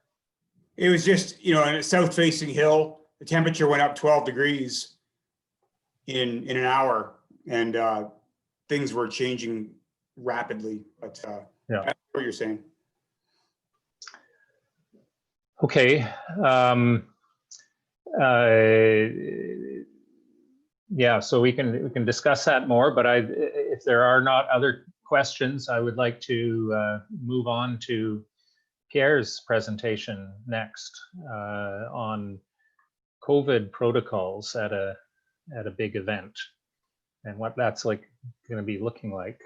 I expect that this is something we're all going to see next season as this continues. I mean, we'll have vaccinations and hopefully much lower numbers, but the virus isn't going to disappear magically this summer. It'll be a factor for us going forward, and so I think we're still going to be having to think of and be prepared for this even next season. So your work on this, Pierre, I think is not all wasted. Over to you. Yeah, yeah, I can tell you I work a lot. I read a lot on this. In fact, at the moment when it was confirmed, we received we were hosting the nationals. I began to work on the protocols. I began first by reading everything I was related to our sports and also related to health public authorities in Quebec and also in Ottawa. So the plan. So I was the chief of event for the nationals until it was decided to cancel the event. I was working on protocol and procedure with the medical committee. The committee was composed of 2 doctors and 1 pharmacist. We had a pretty good team, and we were lucky to have those persons. So we had one doctor liaising with the public health authorities in Outaouais and the other one with Ottawa. And the pharmacist was responsible to order protection equipment and sanitizer. The schedule we planned was based on having 2 groups separated. One with the challenge, what basically is U18 and U14. One group was supposed to race in the morning, and the other group racing in the afternoon. The other group was open. And the idea was to make sure that the site was emptied before we had the other group coming to race. The plan was for having a maximum of 250 persons, including coaches and officials per plateau. So, but we hope that by March we would be in the yellow zone, because it was the requirement to be able to have a race. Is yellow zone is a maximum of 250 persons by plateau. So it was possible to welcome all skiers from the group and also volunteers and coaches. So the idea was to have 2 plateaus because basically in Quebec, what we say is you can have two different groups as long as they are separated by they have the distinction of 2 meters. So we had 2 plateaus. So it was possible to have this way the maximum of 250 skiers by group, and also having the coaches, the technicians, the volunteers on the whole site at the same time. So we had 2 plateaus. One was the field of play, basically the stadium, the course, and the timing. and the other one was called Powerline, as you know, for people who knows Nakartak, it's named on the famous hydro line crossing the side from south to north.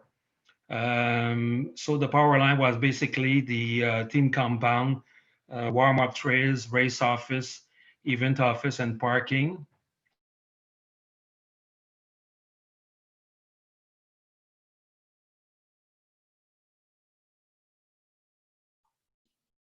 Uh-oh, you seem to have lost Pierre.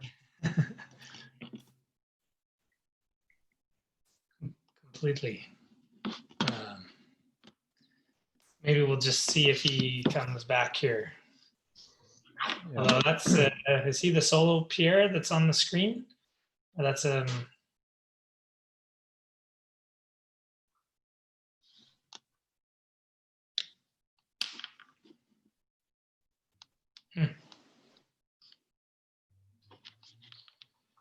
I'll send him a note.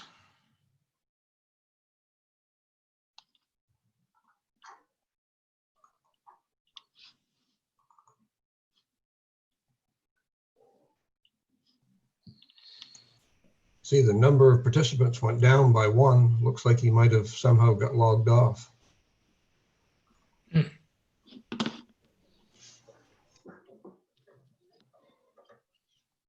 I can't remember. Do we have another point to? Oh, looks like he's going to get a lot of text messages.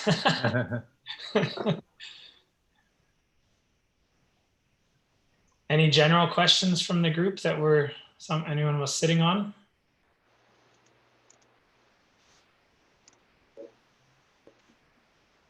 Hey, Jeff, it's Mike. I know you and I were chatting online here. I'm just wondering for the rest of the participants on the call, is there an appetite to try and get a race off in your division or area in 2021, possibly March, maybe even April, after the dust settles a bit?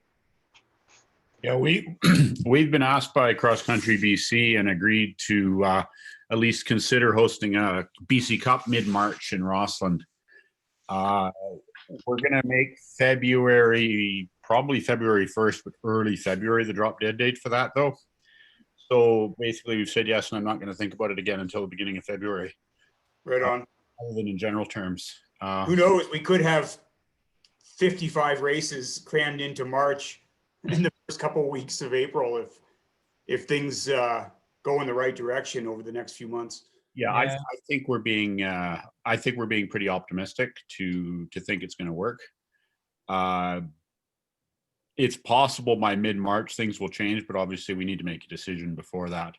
We're supposed to be doing a race this weekend, as you probably know, but I don't want to go through the big planning process until we're relatively sure that we're going to go ahead.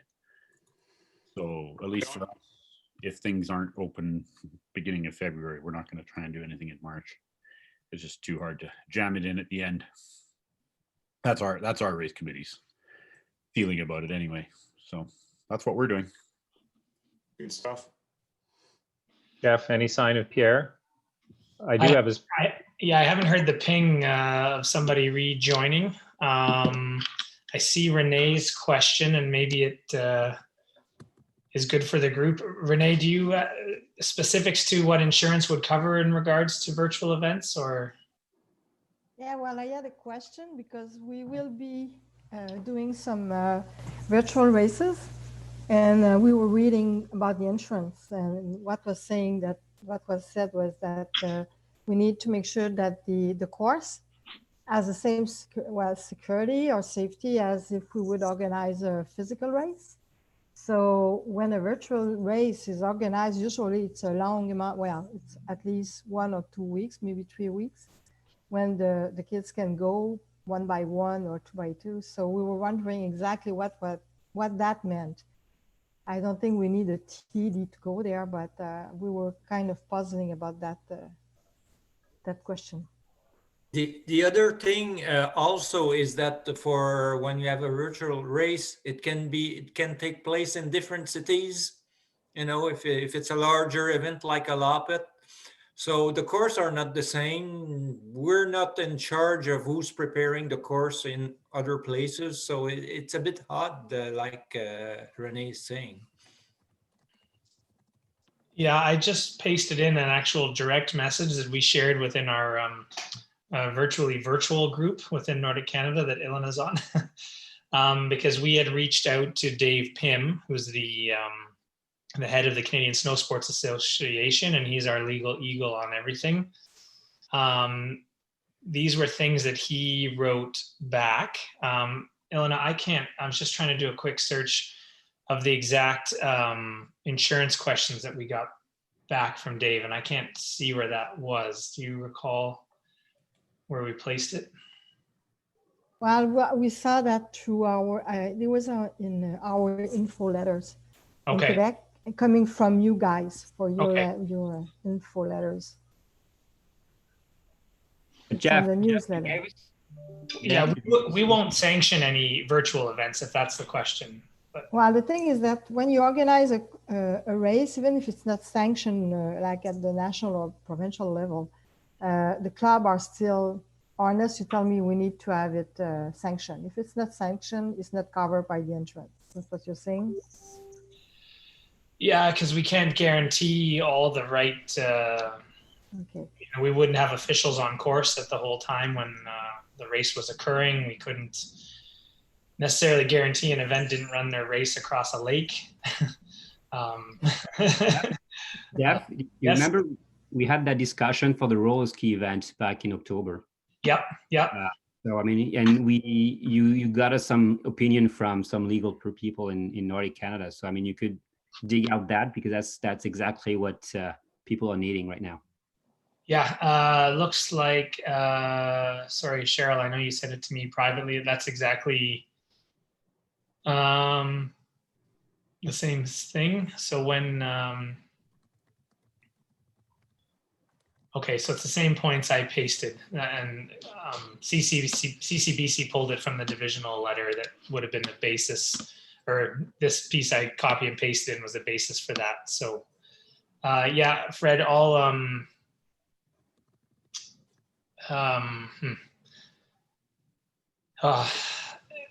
if we don't sanction it, I don't understand what the club's liability is if they choose to do it on their own. I guess like any race a club would host that wouldn't be sanctioned, it would be on the liability insurance that a club had on. The club's liability insurance still covers their general operations and programs and activities. You know, I think the key point here and what you got from Dave is that, first of all, the courses and trails must be recognized, and that it's approved trails that are, and that they're actually open when they're being used. That's a criteria. They should have normal safety and monitoring protocols, which could be like a normal club's operation of their trails. It says expected in an in-person competition. So whether you have first aid available on site if the venue is open or not seems to be a criteria here. Not having people go there when the venue is closed. Inspection and track setting. So grooming, obviously, but that inspection and track setting isn't necessarily have to be done by a TD, but can be done by the club groomers and the people that are normally preparing the trails. I think if you're following your normal standard procedures and due diligence on this, in the way that you normally groom for your operations, and can demonstrate that, and that is what the expectation seems to be here. And then beyond that, it's about having a system so that people are accounted for. So checking in and checking out, or in more remote systems, that a buddy system is encouraged. And the key with all insurance, again, is that you have this duty of care over the event. So you need to think about those issues and plan for them and document what you are doing as a planner to make those considerations. And as always with insurance, if you can show that you're taking steps to be diligent in how you plan it and communicate that information to people that are participating and take those standard normal precautions and preparations that you know, this is what the insurance is expecting. I think it depends a great deal on what you consider a virtual Loppet to look like as well. Is if it's a specific course to be skied in a specific time window with a specific technique, and you're going to keep track of times, that's one version. Another version is go ski a certain distance at any course, at any club during a 2-week window. And you'll be considered a finisher, and self-report all your stuff is a very different looking event. Both, I think, would be valid as worthwhile ways to do it. And it would, you know, the organizers would have to figure out how to do it. But I suspect it may have different insurance implications as well. This is Claude from the Gatineau Loppet. A lot of the events are not timed. They can't could be considered a race. Like the last comment, people are asked to do a distance during a given period. And at the Loppet, we're thinking of proposing a course that would be, let's say, around 25K or 50K. Those are the regular distances for the event. But they don't have to do that course. If you know Gatineau Park and you want to ski 25K, you can ski wherever you want on daily groomed trails. So I have a hard time imagining we would not be covered by the insurance.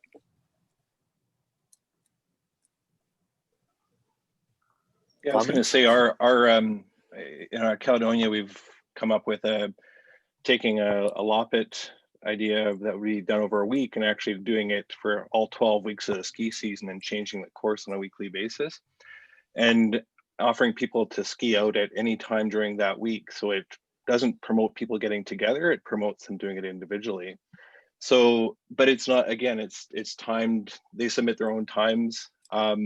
It's very flexible. So in terms of meeting the criteria of the insurance through what you've described here, I would say that we're more on providing an experience rather than a competition, and our club insurance, because it's done on all club trails, is probably more applicable than say like the event insurance. Yeah, if I can jump in, the Berkey is planning an event just as these guys have described. It's basically ski at your own place, ski at your own time, self-report your time on Zone 4. We'll send out certificates of completion or something like that, but it's not all come to one location or anything like that. There's no timing offered or anything. So very similar to what has been described here.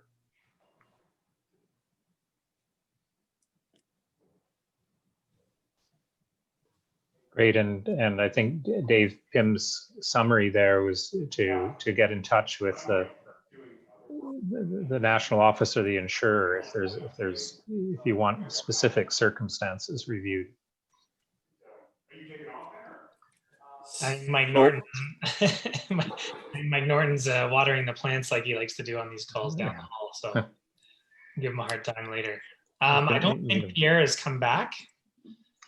I do have Pierre's presentation, so I could quickly just complete it, and then there's lots of detail in there.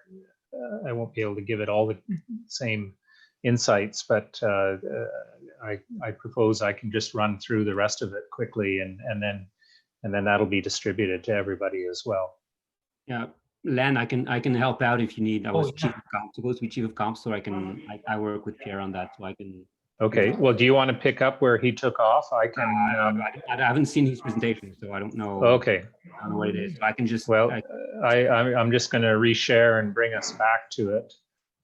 and see if I can remember what slide he was on when he went out.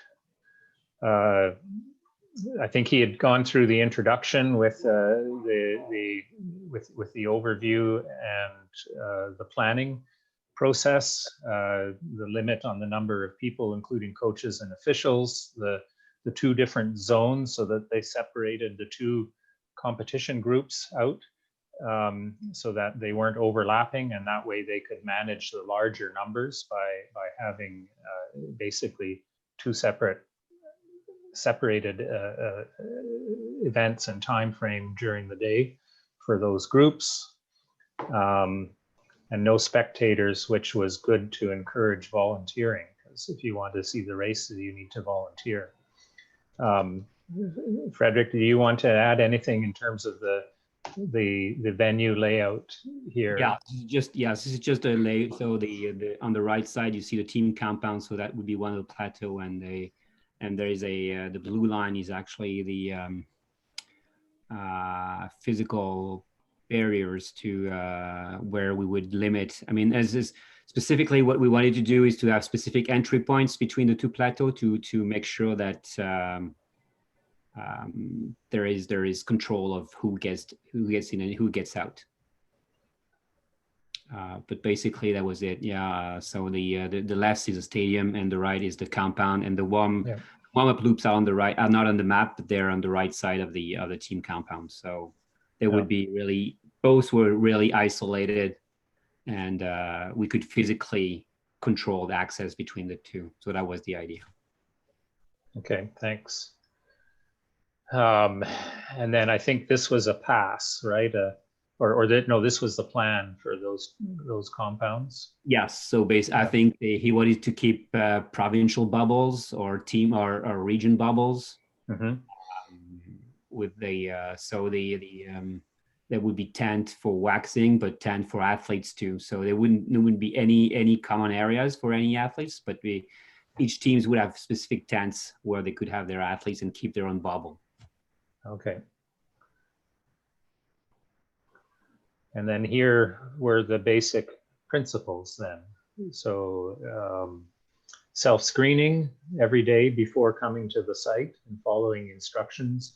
Was there going to be any testing involved, Frederick? No. It was based on no. Yeah.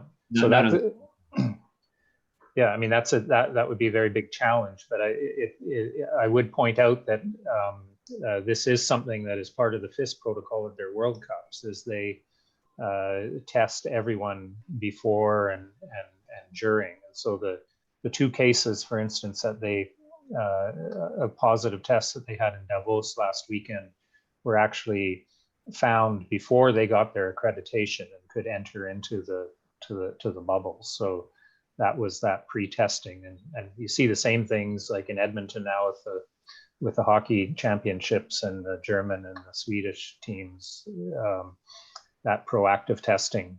But of course, this is something that would really isn't that feasible or practical for our level of events, even at a nationals.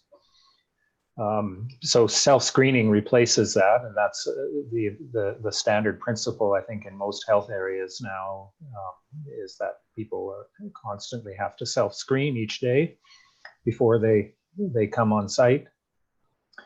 Self-isolation in case of symptoms, washing hands, and I know one of the things that I got from the presentation, Frederick, was that the OC had acquired quite a few hand washing or sanitization statements. Do you remember the number? I can't remember the exact number, but the venue was really completely split into small pieces, and so there would be places to wash hands and at each specific site. So I mean, for example, the Finnish volunteers would be in one specific area, and they would not mix with the start volunteers, for example. So you would have at least two for the stadium, for example. You would have different. So anyways, all over the place. So I can't remember how many stations we had. We might see that in a subsequent slide here. Yeah, okay. But you can see that the principle was to keep everything separate. belongings in separate bags, minimizing contacts, no food or liquid provided after the race. You bring your own cleaning surfaces that are being touched and limiting circulation, and of course the 2-meter distancing for marshals and keeping corridors in one direction. Wearing a mask or face shield, so everywhere and anytime, but not while racing. And for some of your officials, you were looking at face shields and protective goggles. And I think even in the finish line, some of those protective suits Gowns, yeah. the gowns that could be Sorry, I just thought that I lost connection. Oh, he's back. Oh, Pierre, you're back. Yeah, I was concentrated to on my presentation. I saw that I lost connection. Yes. So we're continuing, but you're welcome to continue from here. We did have an aside discussion while we were waiting for you to come back on the question of insurance and virtual events. So okay. I just started with Frederick's help to come back. Are you able to see your screen? Okay, where do you? We're on Principles 2, page 2 of Principles. Okay, that's fine. Okay, that's fine. So the principle we based our protocol. You already talk about the page 1. So the second one, wearing a mask and a face shield, and basically it's the mask. It was everywhere, anytime, but not while racing for athletes. And we plan also face shield and maybe also protective goggles in case of close and sustained contacts.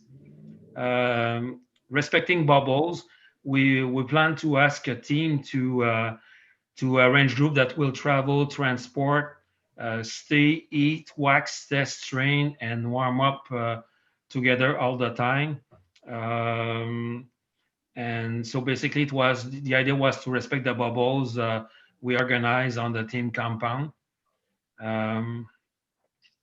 Always racing with the same group of all during all the week, so challenge and open categories separated. Creating bubbles also with volunteers too, based on sector and location where the tasks are performed. And it was organized also. They have their own toilets and their own tents also to rest between the tasks. Organization of bubbles per team first and per regions. If you saw the diagram I organized, so all the clubs from Maritimes were supposed to be in the same location on the team compound. Same thing for Quebec, Ontario's, Prairies and Alberta, and BC and North, and also toilets assigned based on bubbles. And also the last principle is respecting block of time assigned for training and racing. Volunteers and coaches would be only come to perform that task, not coming up sooner to mingle or stuff like that. Athletes should come to the site to test skis, warm up, race, warm down, and then leave. So it's in terms of rotation. So they go to the team compound, take their ski, test them, have the good wax, warm up, and then go to the field of place, following the direction, race, and then go back to the team compound, going around by the parking lot, warm down, and then leave. And we use credential to controls access. Okay, how does it would impact the race, the management of the race? Timing, station, partition inside. Only one user during the day, so any equipment was supposed to be used only by one person. Clean before and after. We plan also to use chip. Clean every day in a solution of bleach and water. Self pickup and put by athletes themselves. The solution of bleach and water, you can find it on the Nordic Canada website. I think Jeff talked about his document related to the COVID, and the solution is there. And it's a solution provided by Zone 4. Stadium clothes left on fences respecting the 2-meter distancing, and it was planned also to mark the fences at each 2 meters so the athlete know where to put their clothes before racing. Only assigned official and athletes racing allowed, so that's why we have credential and control access. Long stretch before the start line to maintain 2-meter distancing. Reduce the time to organize the grid for a mass start because the plan was to have the mass start anyway, and giving the start. As you know that we need to be in continuous contact with a person more than 10 minutes to be at risk. So we think if we can reduce the time to do the mass start, and after that, after the mass start, it's the stretch is coming pretty fast. So we thought it was possible to do mass start under these conditions. Long stretch after finish to keep athletes flowing in 2-meter distancing. No collapsing requested. So you finish, you remove your chip, you remove your bib, and then you go to the exit. And if you want, you stop at the feed station with self-service only and only liquid. So that's the only time we distribute liquid during the event. Course, no mask when racing. Corridors and corners and downhills to keep 12 distancing. And it's, as you can see, it's easy to keep 2-meter distancing on course. Thanks, Jeff, Nordic Canada, for the nice photos. So basically, the equipment and the equipment and the track setting helps to keep the 2-meter distancings on course and at the start on the stadium. Course control, no mask necessary for controllers while positioned at the station, but not cheering without a mask. I think 2-meter distancing is required when working with others. Usually we work in a station with 2 persons, and I think the communication can be done between the 2 controllers with 2 meters. If we have foreigners on course, no mask required. They are considered as athletes. And race secretariat, no notice board. All information distributed electronically. The plan was to use WhatsApp to distribute unofficial results and stuff, all other information from the jury. Registration, the Nordic Canada consent form is valid to cover COVID-19 risk, and but must be also signed with volunteer. Money awards given by e-transfer. We plan also to use Lycra bibs,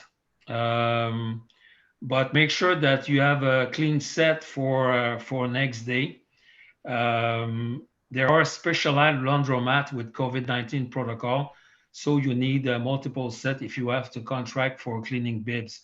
We also had a discussion about paper bibs, and we found that it was more risky to use paper bib than using Lycra bibs because, let's just an example, if we have to put a paper bibs on the back of a person, so you need another person to put it on your back. So right there is a contact. And also we were a bit concerned that we might find bibs floating around the site, or so we evaluate that there were more risk to use paper bib than using the Lycra bib. So that was the decision we took to bib distribution as usual before the race, but outside. Volunteers were planned to be inside and open 10, but team representatives stand outside to receive their bibs.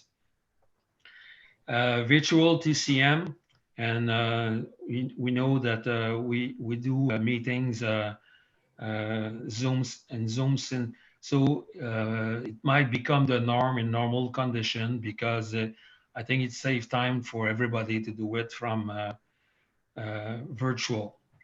Athletes self-pick up the award they're supposed to receive on the table, and then position on the podium for photo and video, and then we post this on social networks and without spectators. Okay.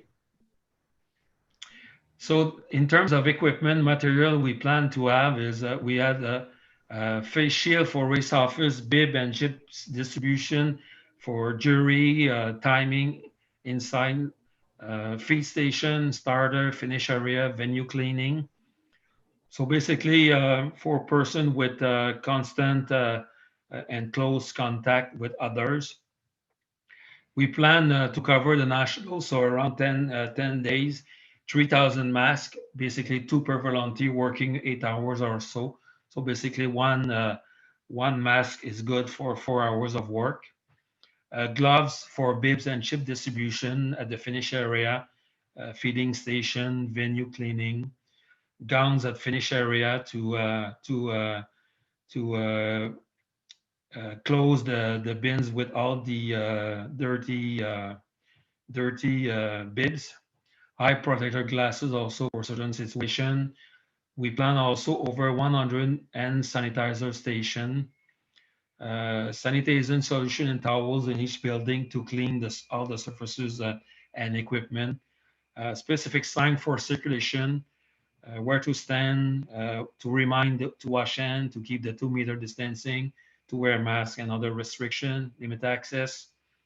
More toilets to allocate to different bubbles, and also more pop-up tents to be used as lounges for athletes and volunteers, allocated to specific teams and specific groups of volunteers. All right, like I said, I started to work with the medical committee in May or so, but the first thing I did is read almost everything on the topic. So the Centre de santé et des services sociaux de l'Outaouais, Health Ottawa, Health Canada, Ministère de la Santé du Québec, Nordic Canada, Ski de Fond Québec, International Ski Federation, Cross Country Ski Ontario, the Canadian Ski Patrol, and I forgot also to put on the list the Canadian Snow Sports Association, where we use their information or were consulted to have the protocol. And at the end, the protocol was approved by the 2 doctors on our committee.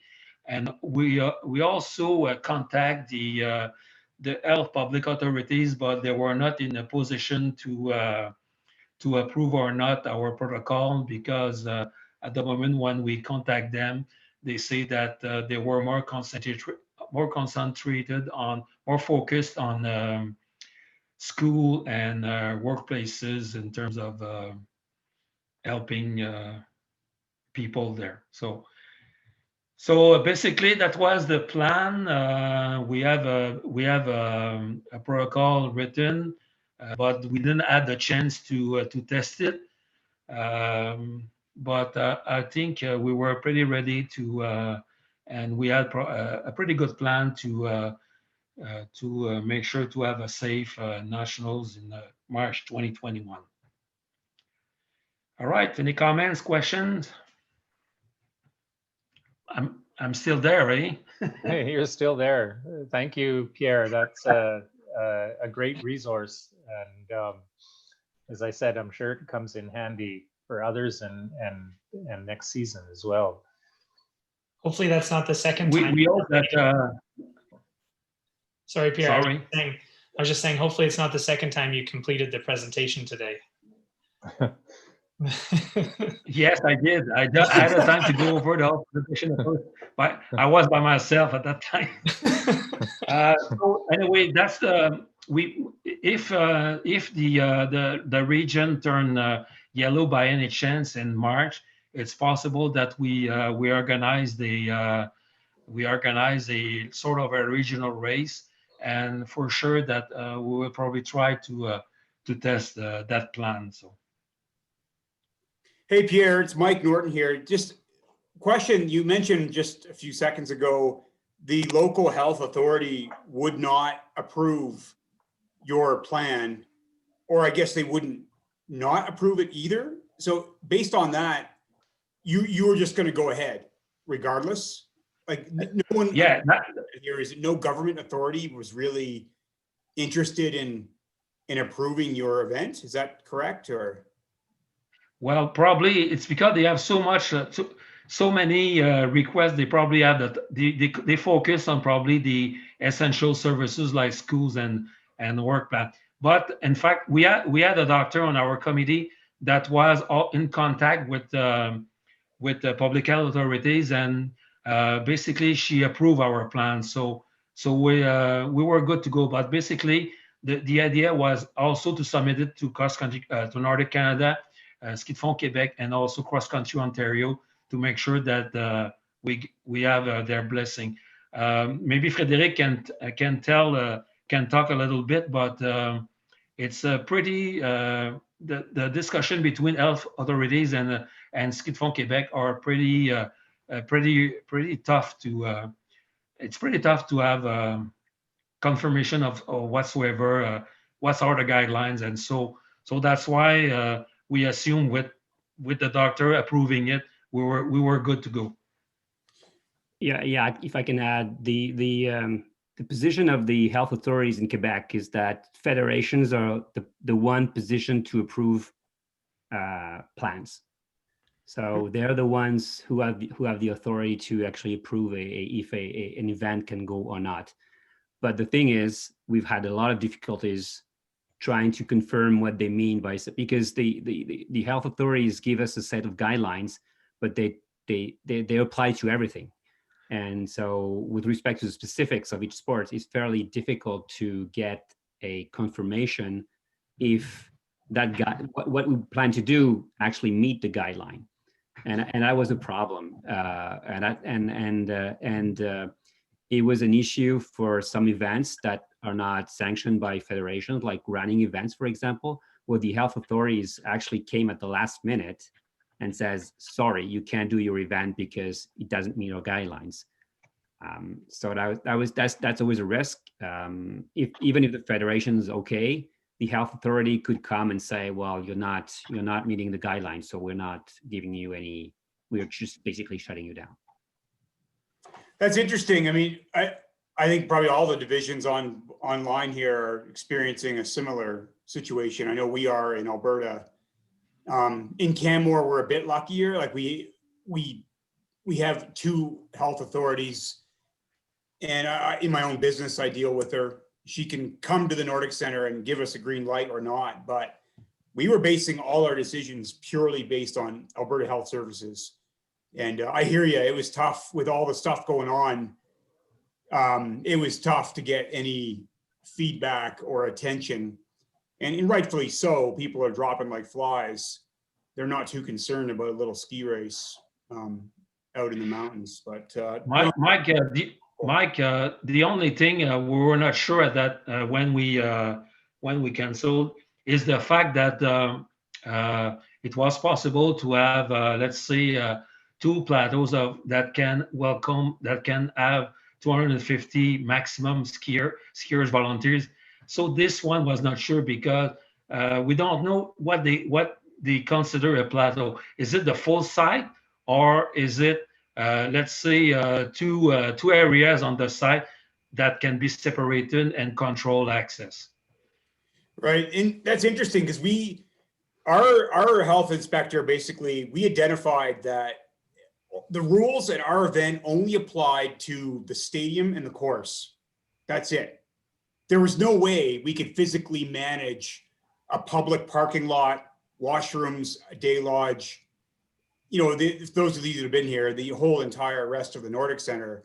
So we were just focused on course and stadium, which was considerably easier, as you can well imagine. Yeah. and tons of space.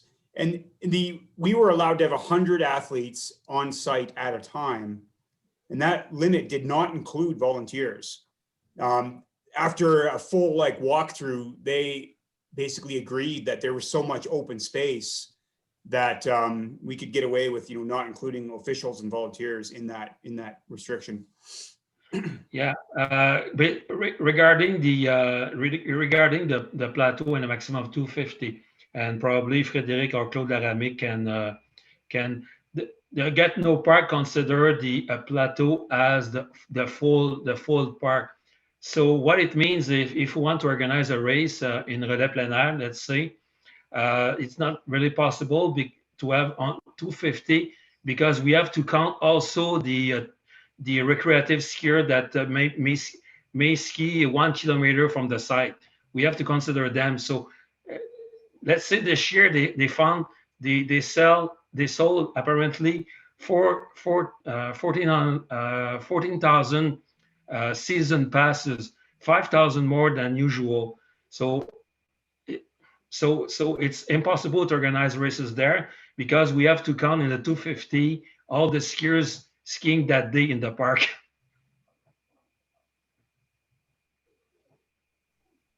Yeah, that's tough. And I don't know if it would have been an interesting scenario, but on a weekend we would have several hundred people here at the Nordic Center, and plus parking and everything, and our own little event. And so yeah, it would have been difficult for sure, but I may just steer us back in case people have to leave, but Piero did ask one question earlier in the chat. If you guys planned backup volunteers in the event that you had lost some of the ones that you were expecting. Well, in fact, we the plan was for sure we plan more marshal because we have to help to 2 meter distancing, but the plan was to review to be performed, and the idea was in fact to reduce the number of volunteers to have the possibility to receive more all the skiers of a group. So the plan was to have less volunteers, in fact. Perfect. Len, is there more on the agenda? No, that's it for our agenda today. I think we can wrap things up. I'd like to thank everyone for their hanging in there. There's always lots of good information and discussion. Maybe we should do some shorter ones more often if need be, but I'll maybe leave that up to suggestions if people would like to spend more time chatting about stuff. But I'm glad that we were able to get together this season, considering the circumstances. We won't see each other or be engaged in competition in a normal sense, but there's still always lots to talk about and update and review. So certainly if this has stirred any further questions or about any other topics as well, please feel welcome to contact Jeff or myself or others to continue discussions or lines of questioning, and I'm happy to engage. Yeah, thanks everyone. I know you're all volunteering your time even today just to be on the seminar, but also when you're at these events. So we couldn't run them and have them occur without you. So thanks very much. I know we don't get many thanks as officials. I'll group myself in there, not just as a Nordic Canada staff member, but so the work's appreciated. I will do my best to get this up on our actual website, so it's something that can stay there on a yearly basis, and we can update it each year as we have a seminar, or if we decide it's helpful to have a quarterly seminar, and even something we can try this year where we maybe don't all have events on weekends. We have extra time here and there to get together to chat. So if anybody wants to stay on and have a round table, I can do 15 more minutes, but if this is the end, everyone's welcome to sign off.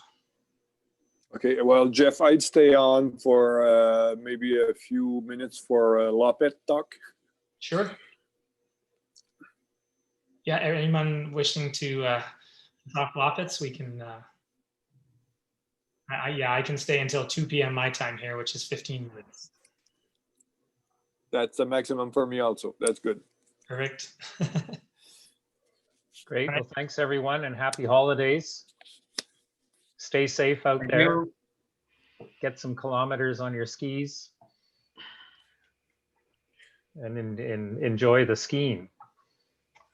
I'm going up for my first day tomorrow. We're finally getting enough snow up at Mount Washington. So looking forward to that.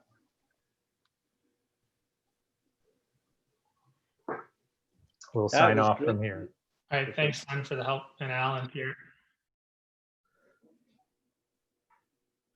It was great to see so many of the level 3 candidates that were signed up for first in at Silver Star or Sovereign Lake, and then again at Canmore, and having them participate in this is great to see that their interest is still up there. Eventually we'll have that level 3 course. We just don't know when and where. Yeah, for sure. I may have sent everyone, although I missed Edward by accident. They got us their own email invite just to make sure.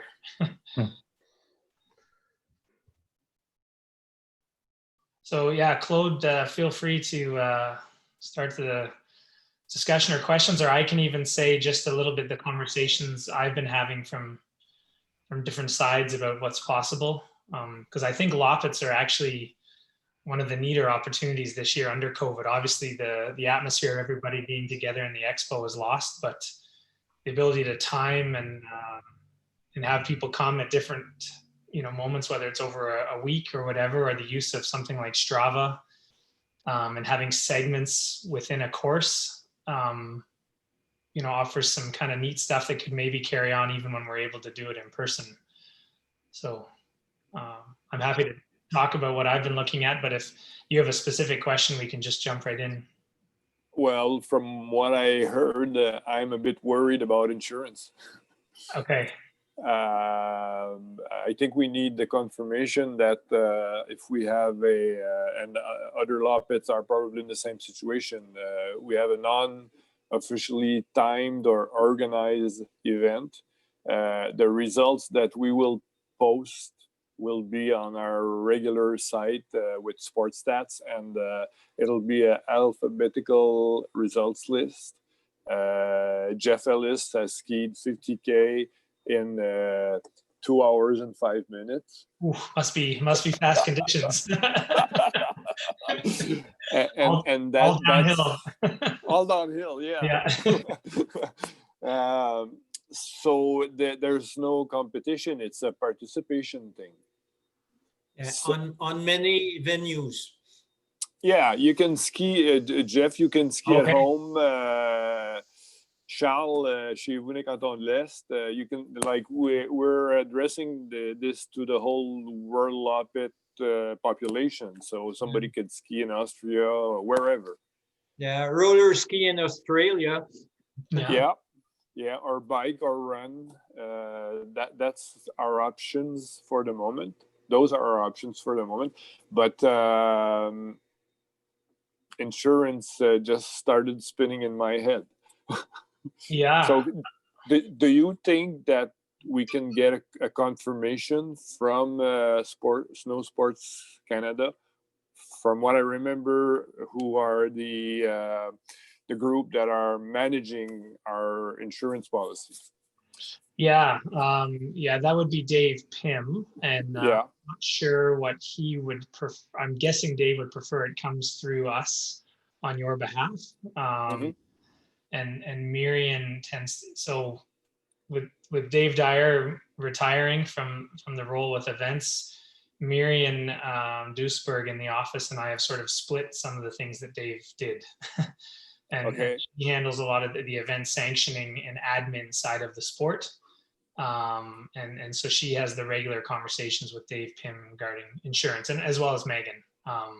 I'm not well versed in it, so I can put an email together to to connect yourself with Megan and Marion, and then we can find out how we take that to Dave Pym. So Okay.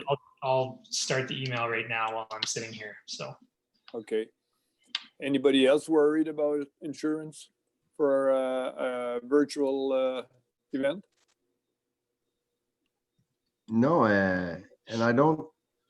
I'm personally trying to understand what would worry you, as I'm grasping this topic as how can you be held accountable for something you do not control.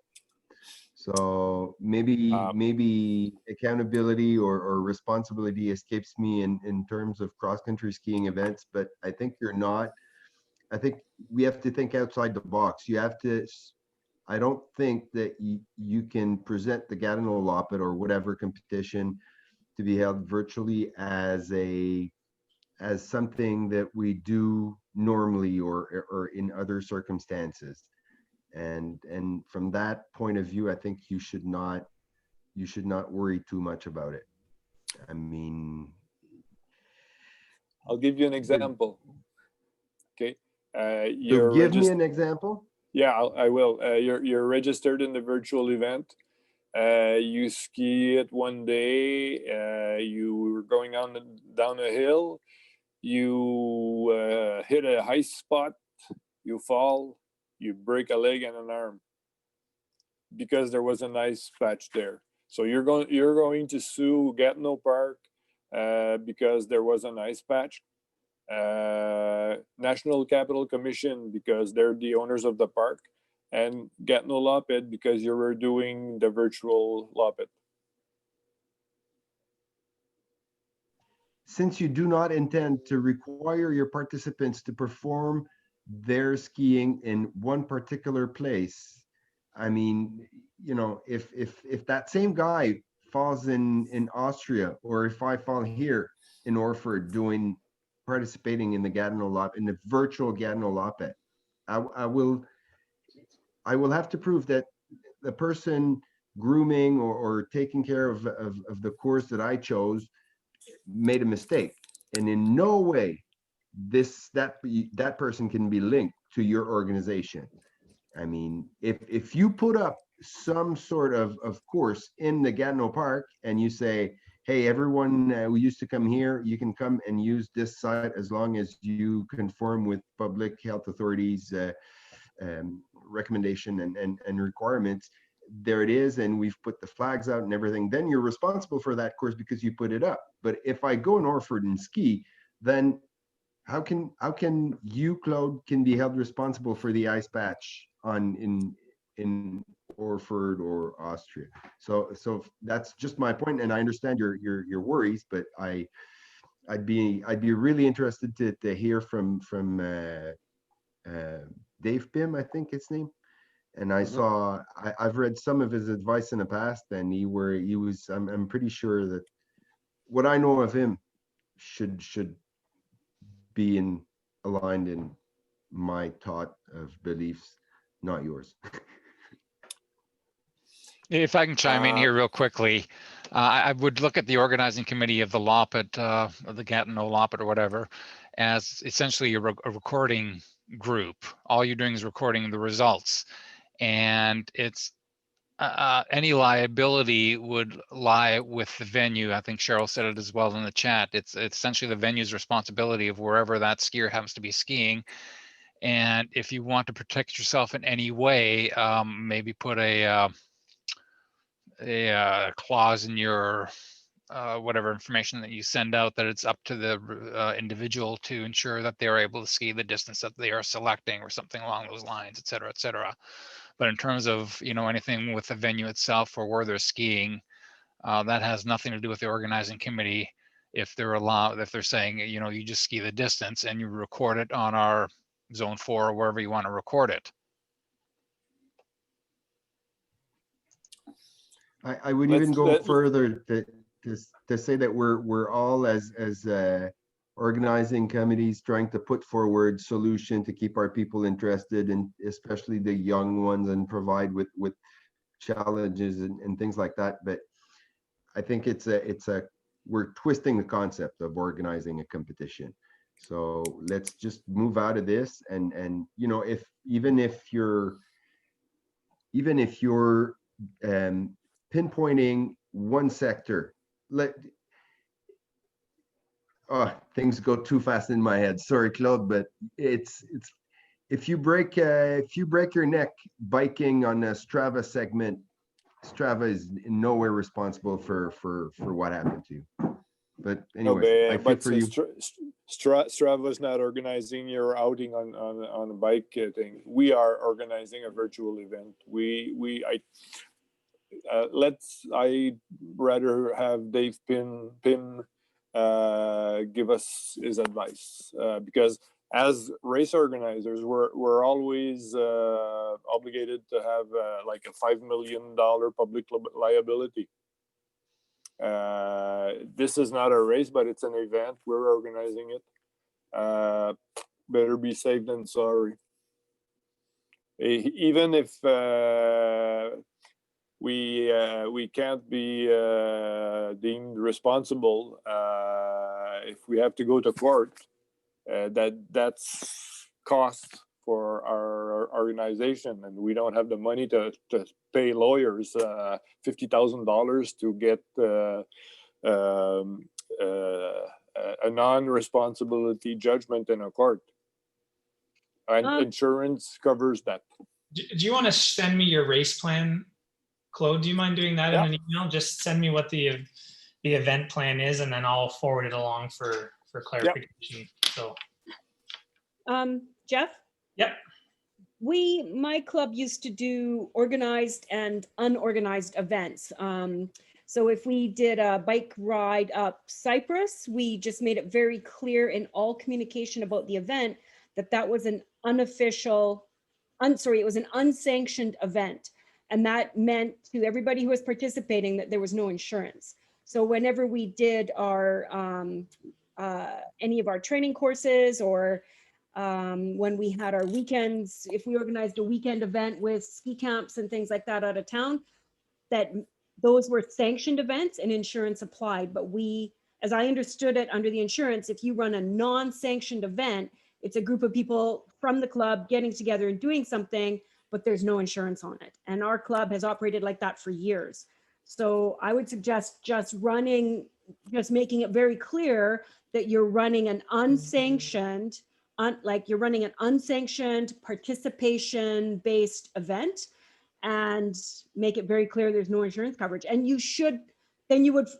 we're all skiing on ski trails that are run by a club or are run by some sort of formal organization. So if someone does get hurt, they still have insurance, but it would be on their ski pass. Like if we run our event and people have to buy a ski pass to go up to Whistler Olympic Park and ski, they're going to be covered on Whistler Olympic Park's insurance.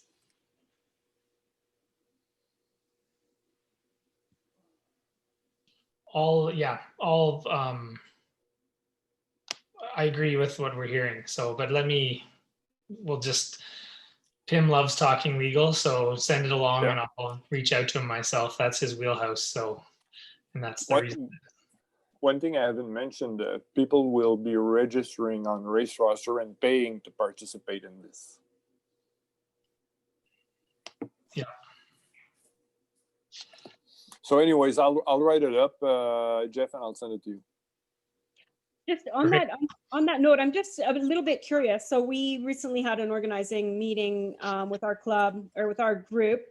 So we're looking at, offering a wide variety of things, but we're also, even if we use Strava, I think we're unlikely to actually offer first, second, third cash prizing like we normally do. I think all our pricing will be draw pricing. But I'm just curious what other clubs are doing, and if there's a way maybe we could all communicate outside this meeting. Maybe we could share our emails with each other or something and just communicate about what other venues are doing. One, just on your point about paying, we were sort of thinking have a really low entry fee just to cover costs for, we're gonna have to put up some new signage and things like that. But then maybe donate the rest of it, donate any profits to, some cause or other, rather than running in our normal way. So if people are interested, I personally would be interested if anybody wants to have like a bit of a brainstorming working group around just keeping in touch with what other law pits are doing and how they're going to time it, or if they're going to time it, or if they're going to like just what they're going to do. Yeah, I'll participate. Same here. Okay. It was Claude and Mike and Cheryl. Cheryl, does that mean Philip's not going to call me anymore? No, he'll still call you. Jeff, can you put me on that as well, please? Yeah, sure. Yeah. So I'm going to have to step off. I can switch hosting duties of the call to someone else if you guys wish to continue. No, I need to go as well. I have to go too. Yeah. Okay. Just a closing thought. I'd love to, in normal times, get a Loppet series going again in Canada. We're interested. Yeah. Yeah. Even if we bring in some of the US events as well, if we could have a. For sure. Yeah, like that. Very interested. Okay. Yeah. For sure. We could do like a passport series or. Yep. Yeah, Payak is very interested in that. Okay. Yeah, and that's just a brainstorming thing at this point. So. Yeah. Okay. Yeah, we're very, very interested in that. I think it's really needed. Yeah. Yeah, agreed. And it allows us to have some longer distance races that would live on the calendar. Whereas if we don't have the heavy NORAM schedule, athletes could actually go and jump in a 50K or a 30K that's not always nationals. So, okay, we'll continue that conversation in the new year, we'll say. You're on mute. I saw it. I saw you talking.